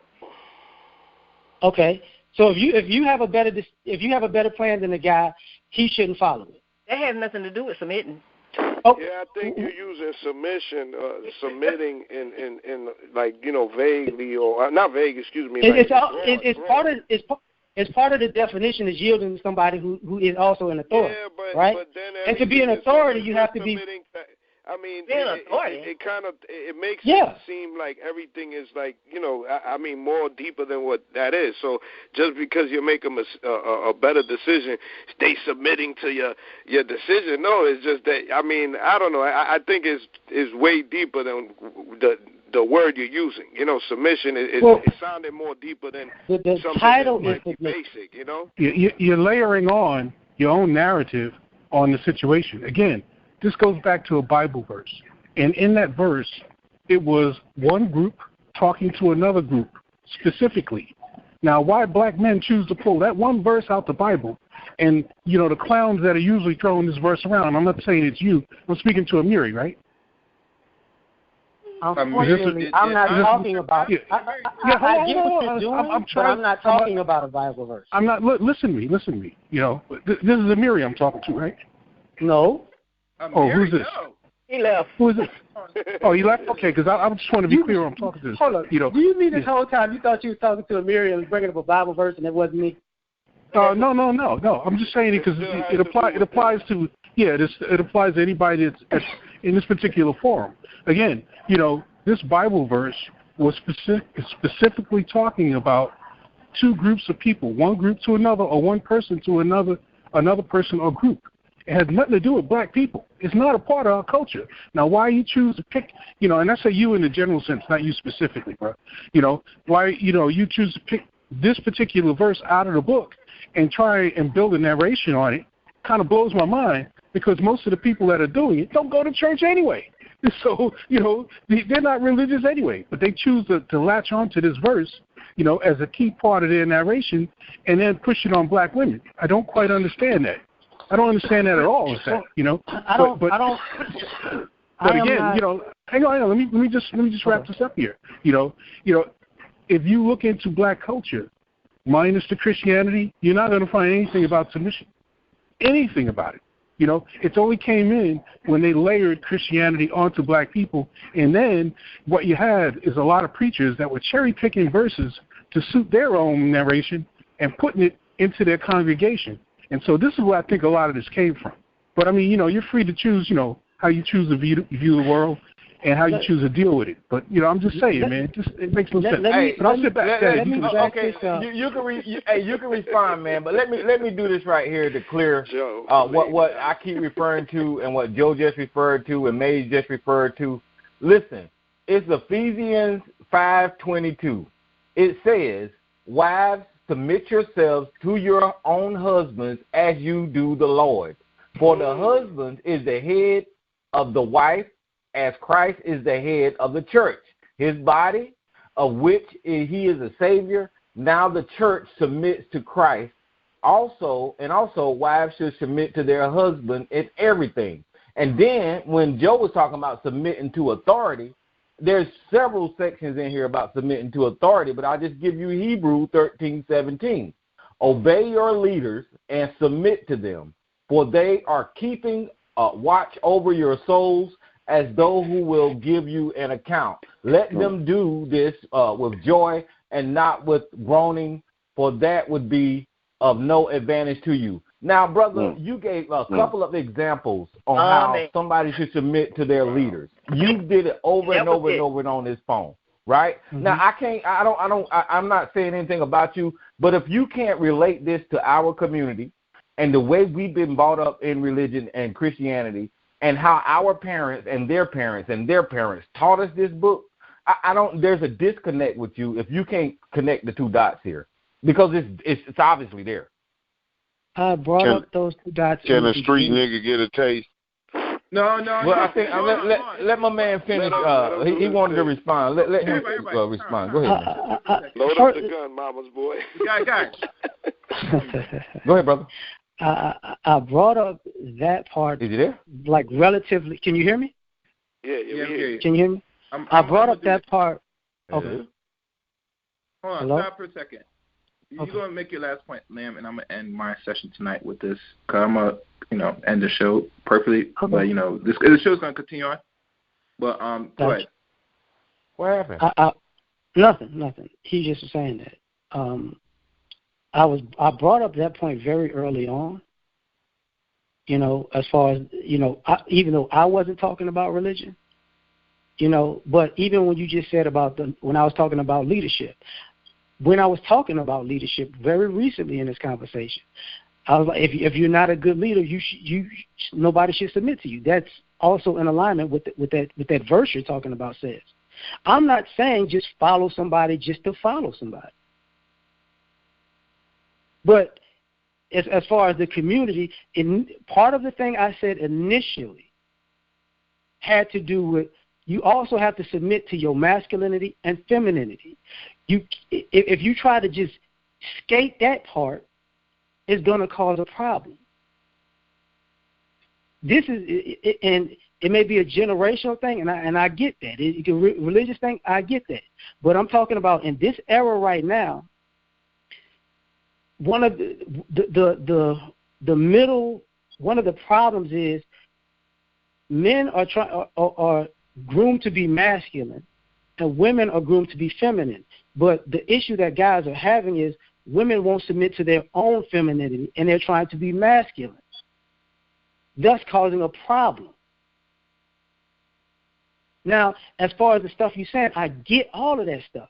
But if you can't even submit to being if you can't submit to being a woman first, and you want to compete to be a man, it's gonna create a problem. That's like if a man was like, I don't want to be a man anymore. I want to be a woman, and that's gonna create a problem for a woman who's feminine.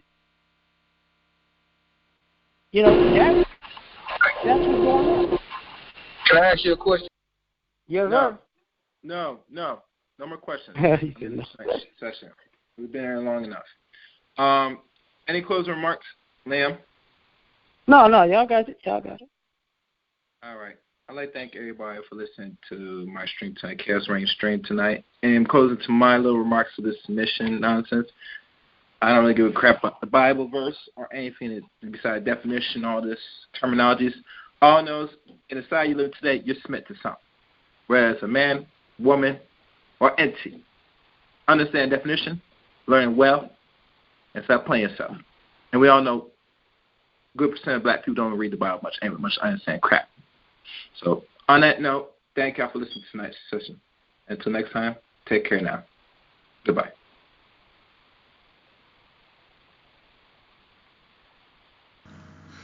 Comment, subscribe, and like the video. And also check out all other videos on Chaos Reign channel. You also can find me on Twitter, Chaos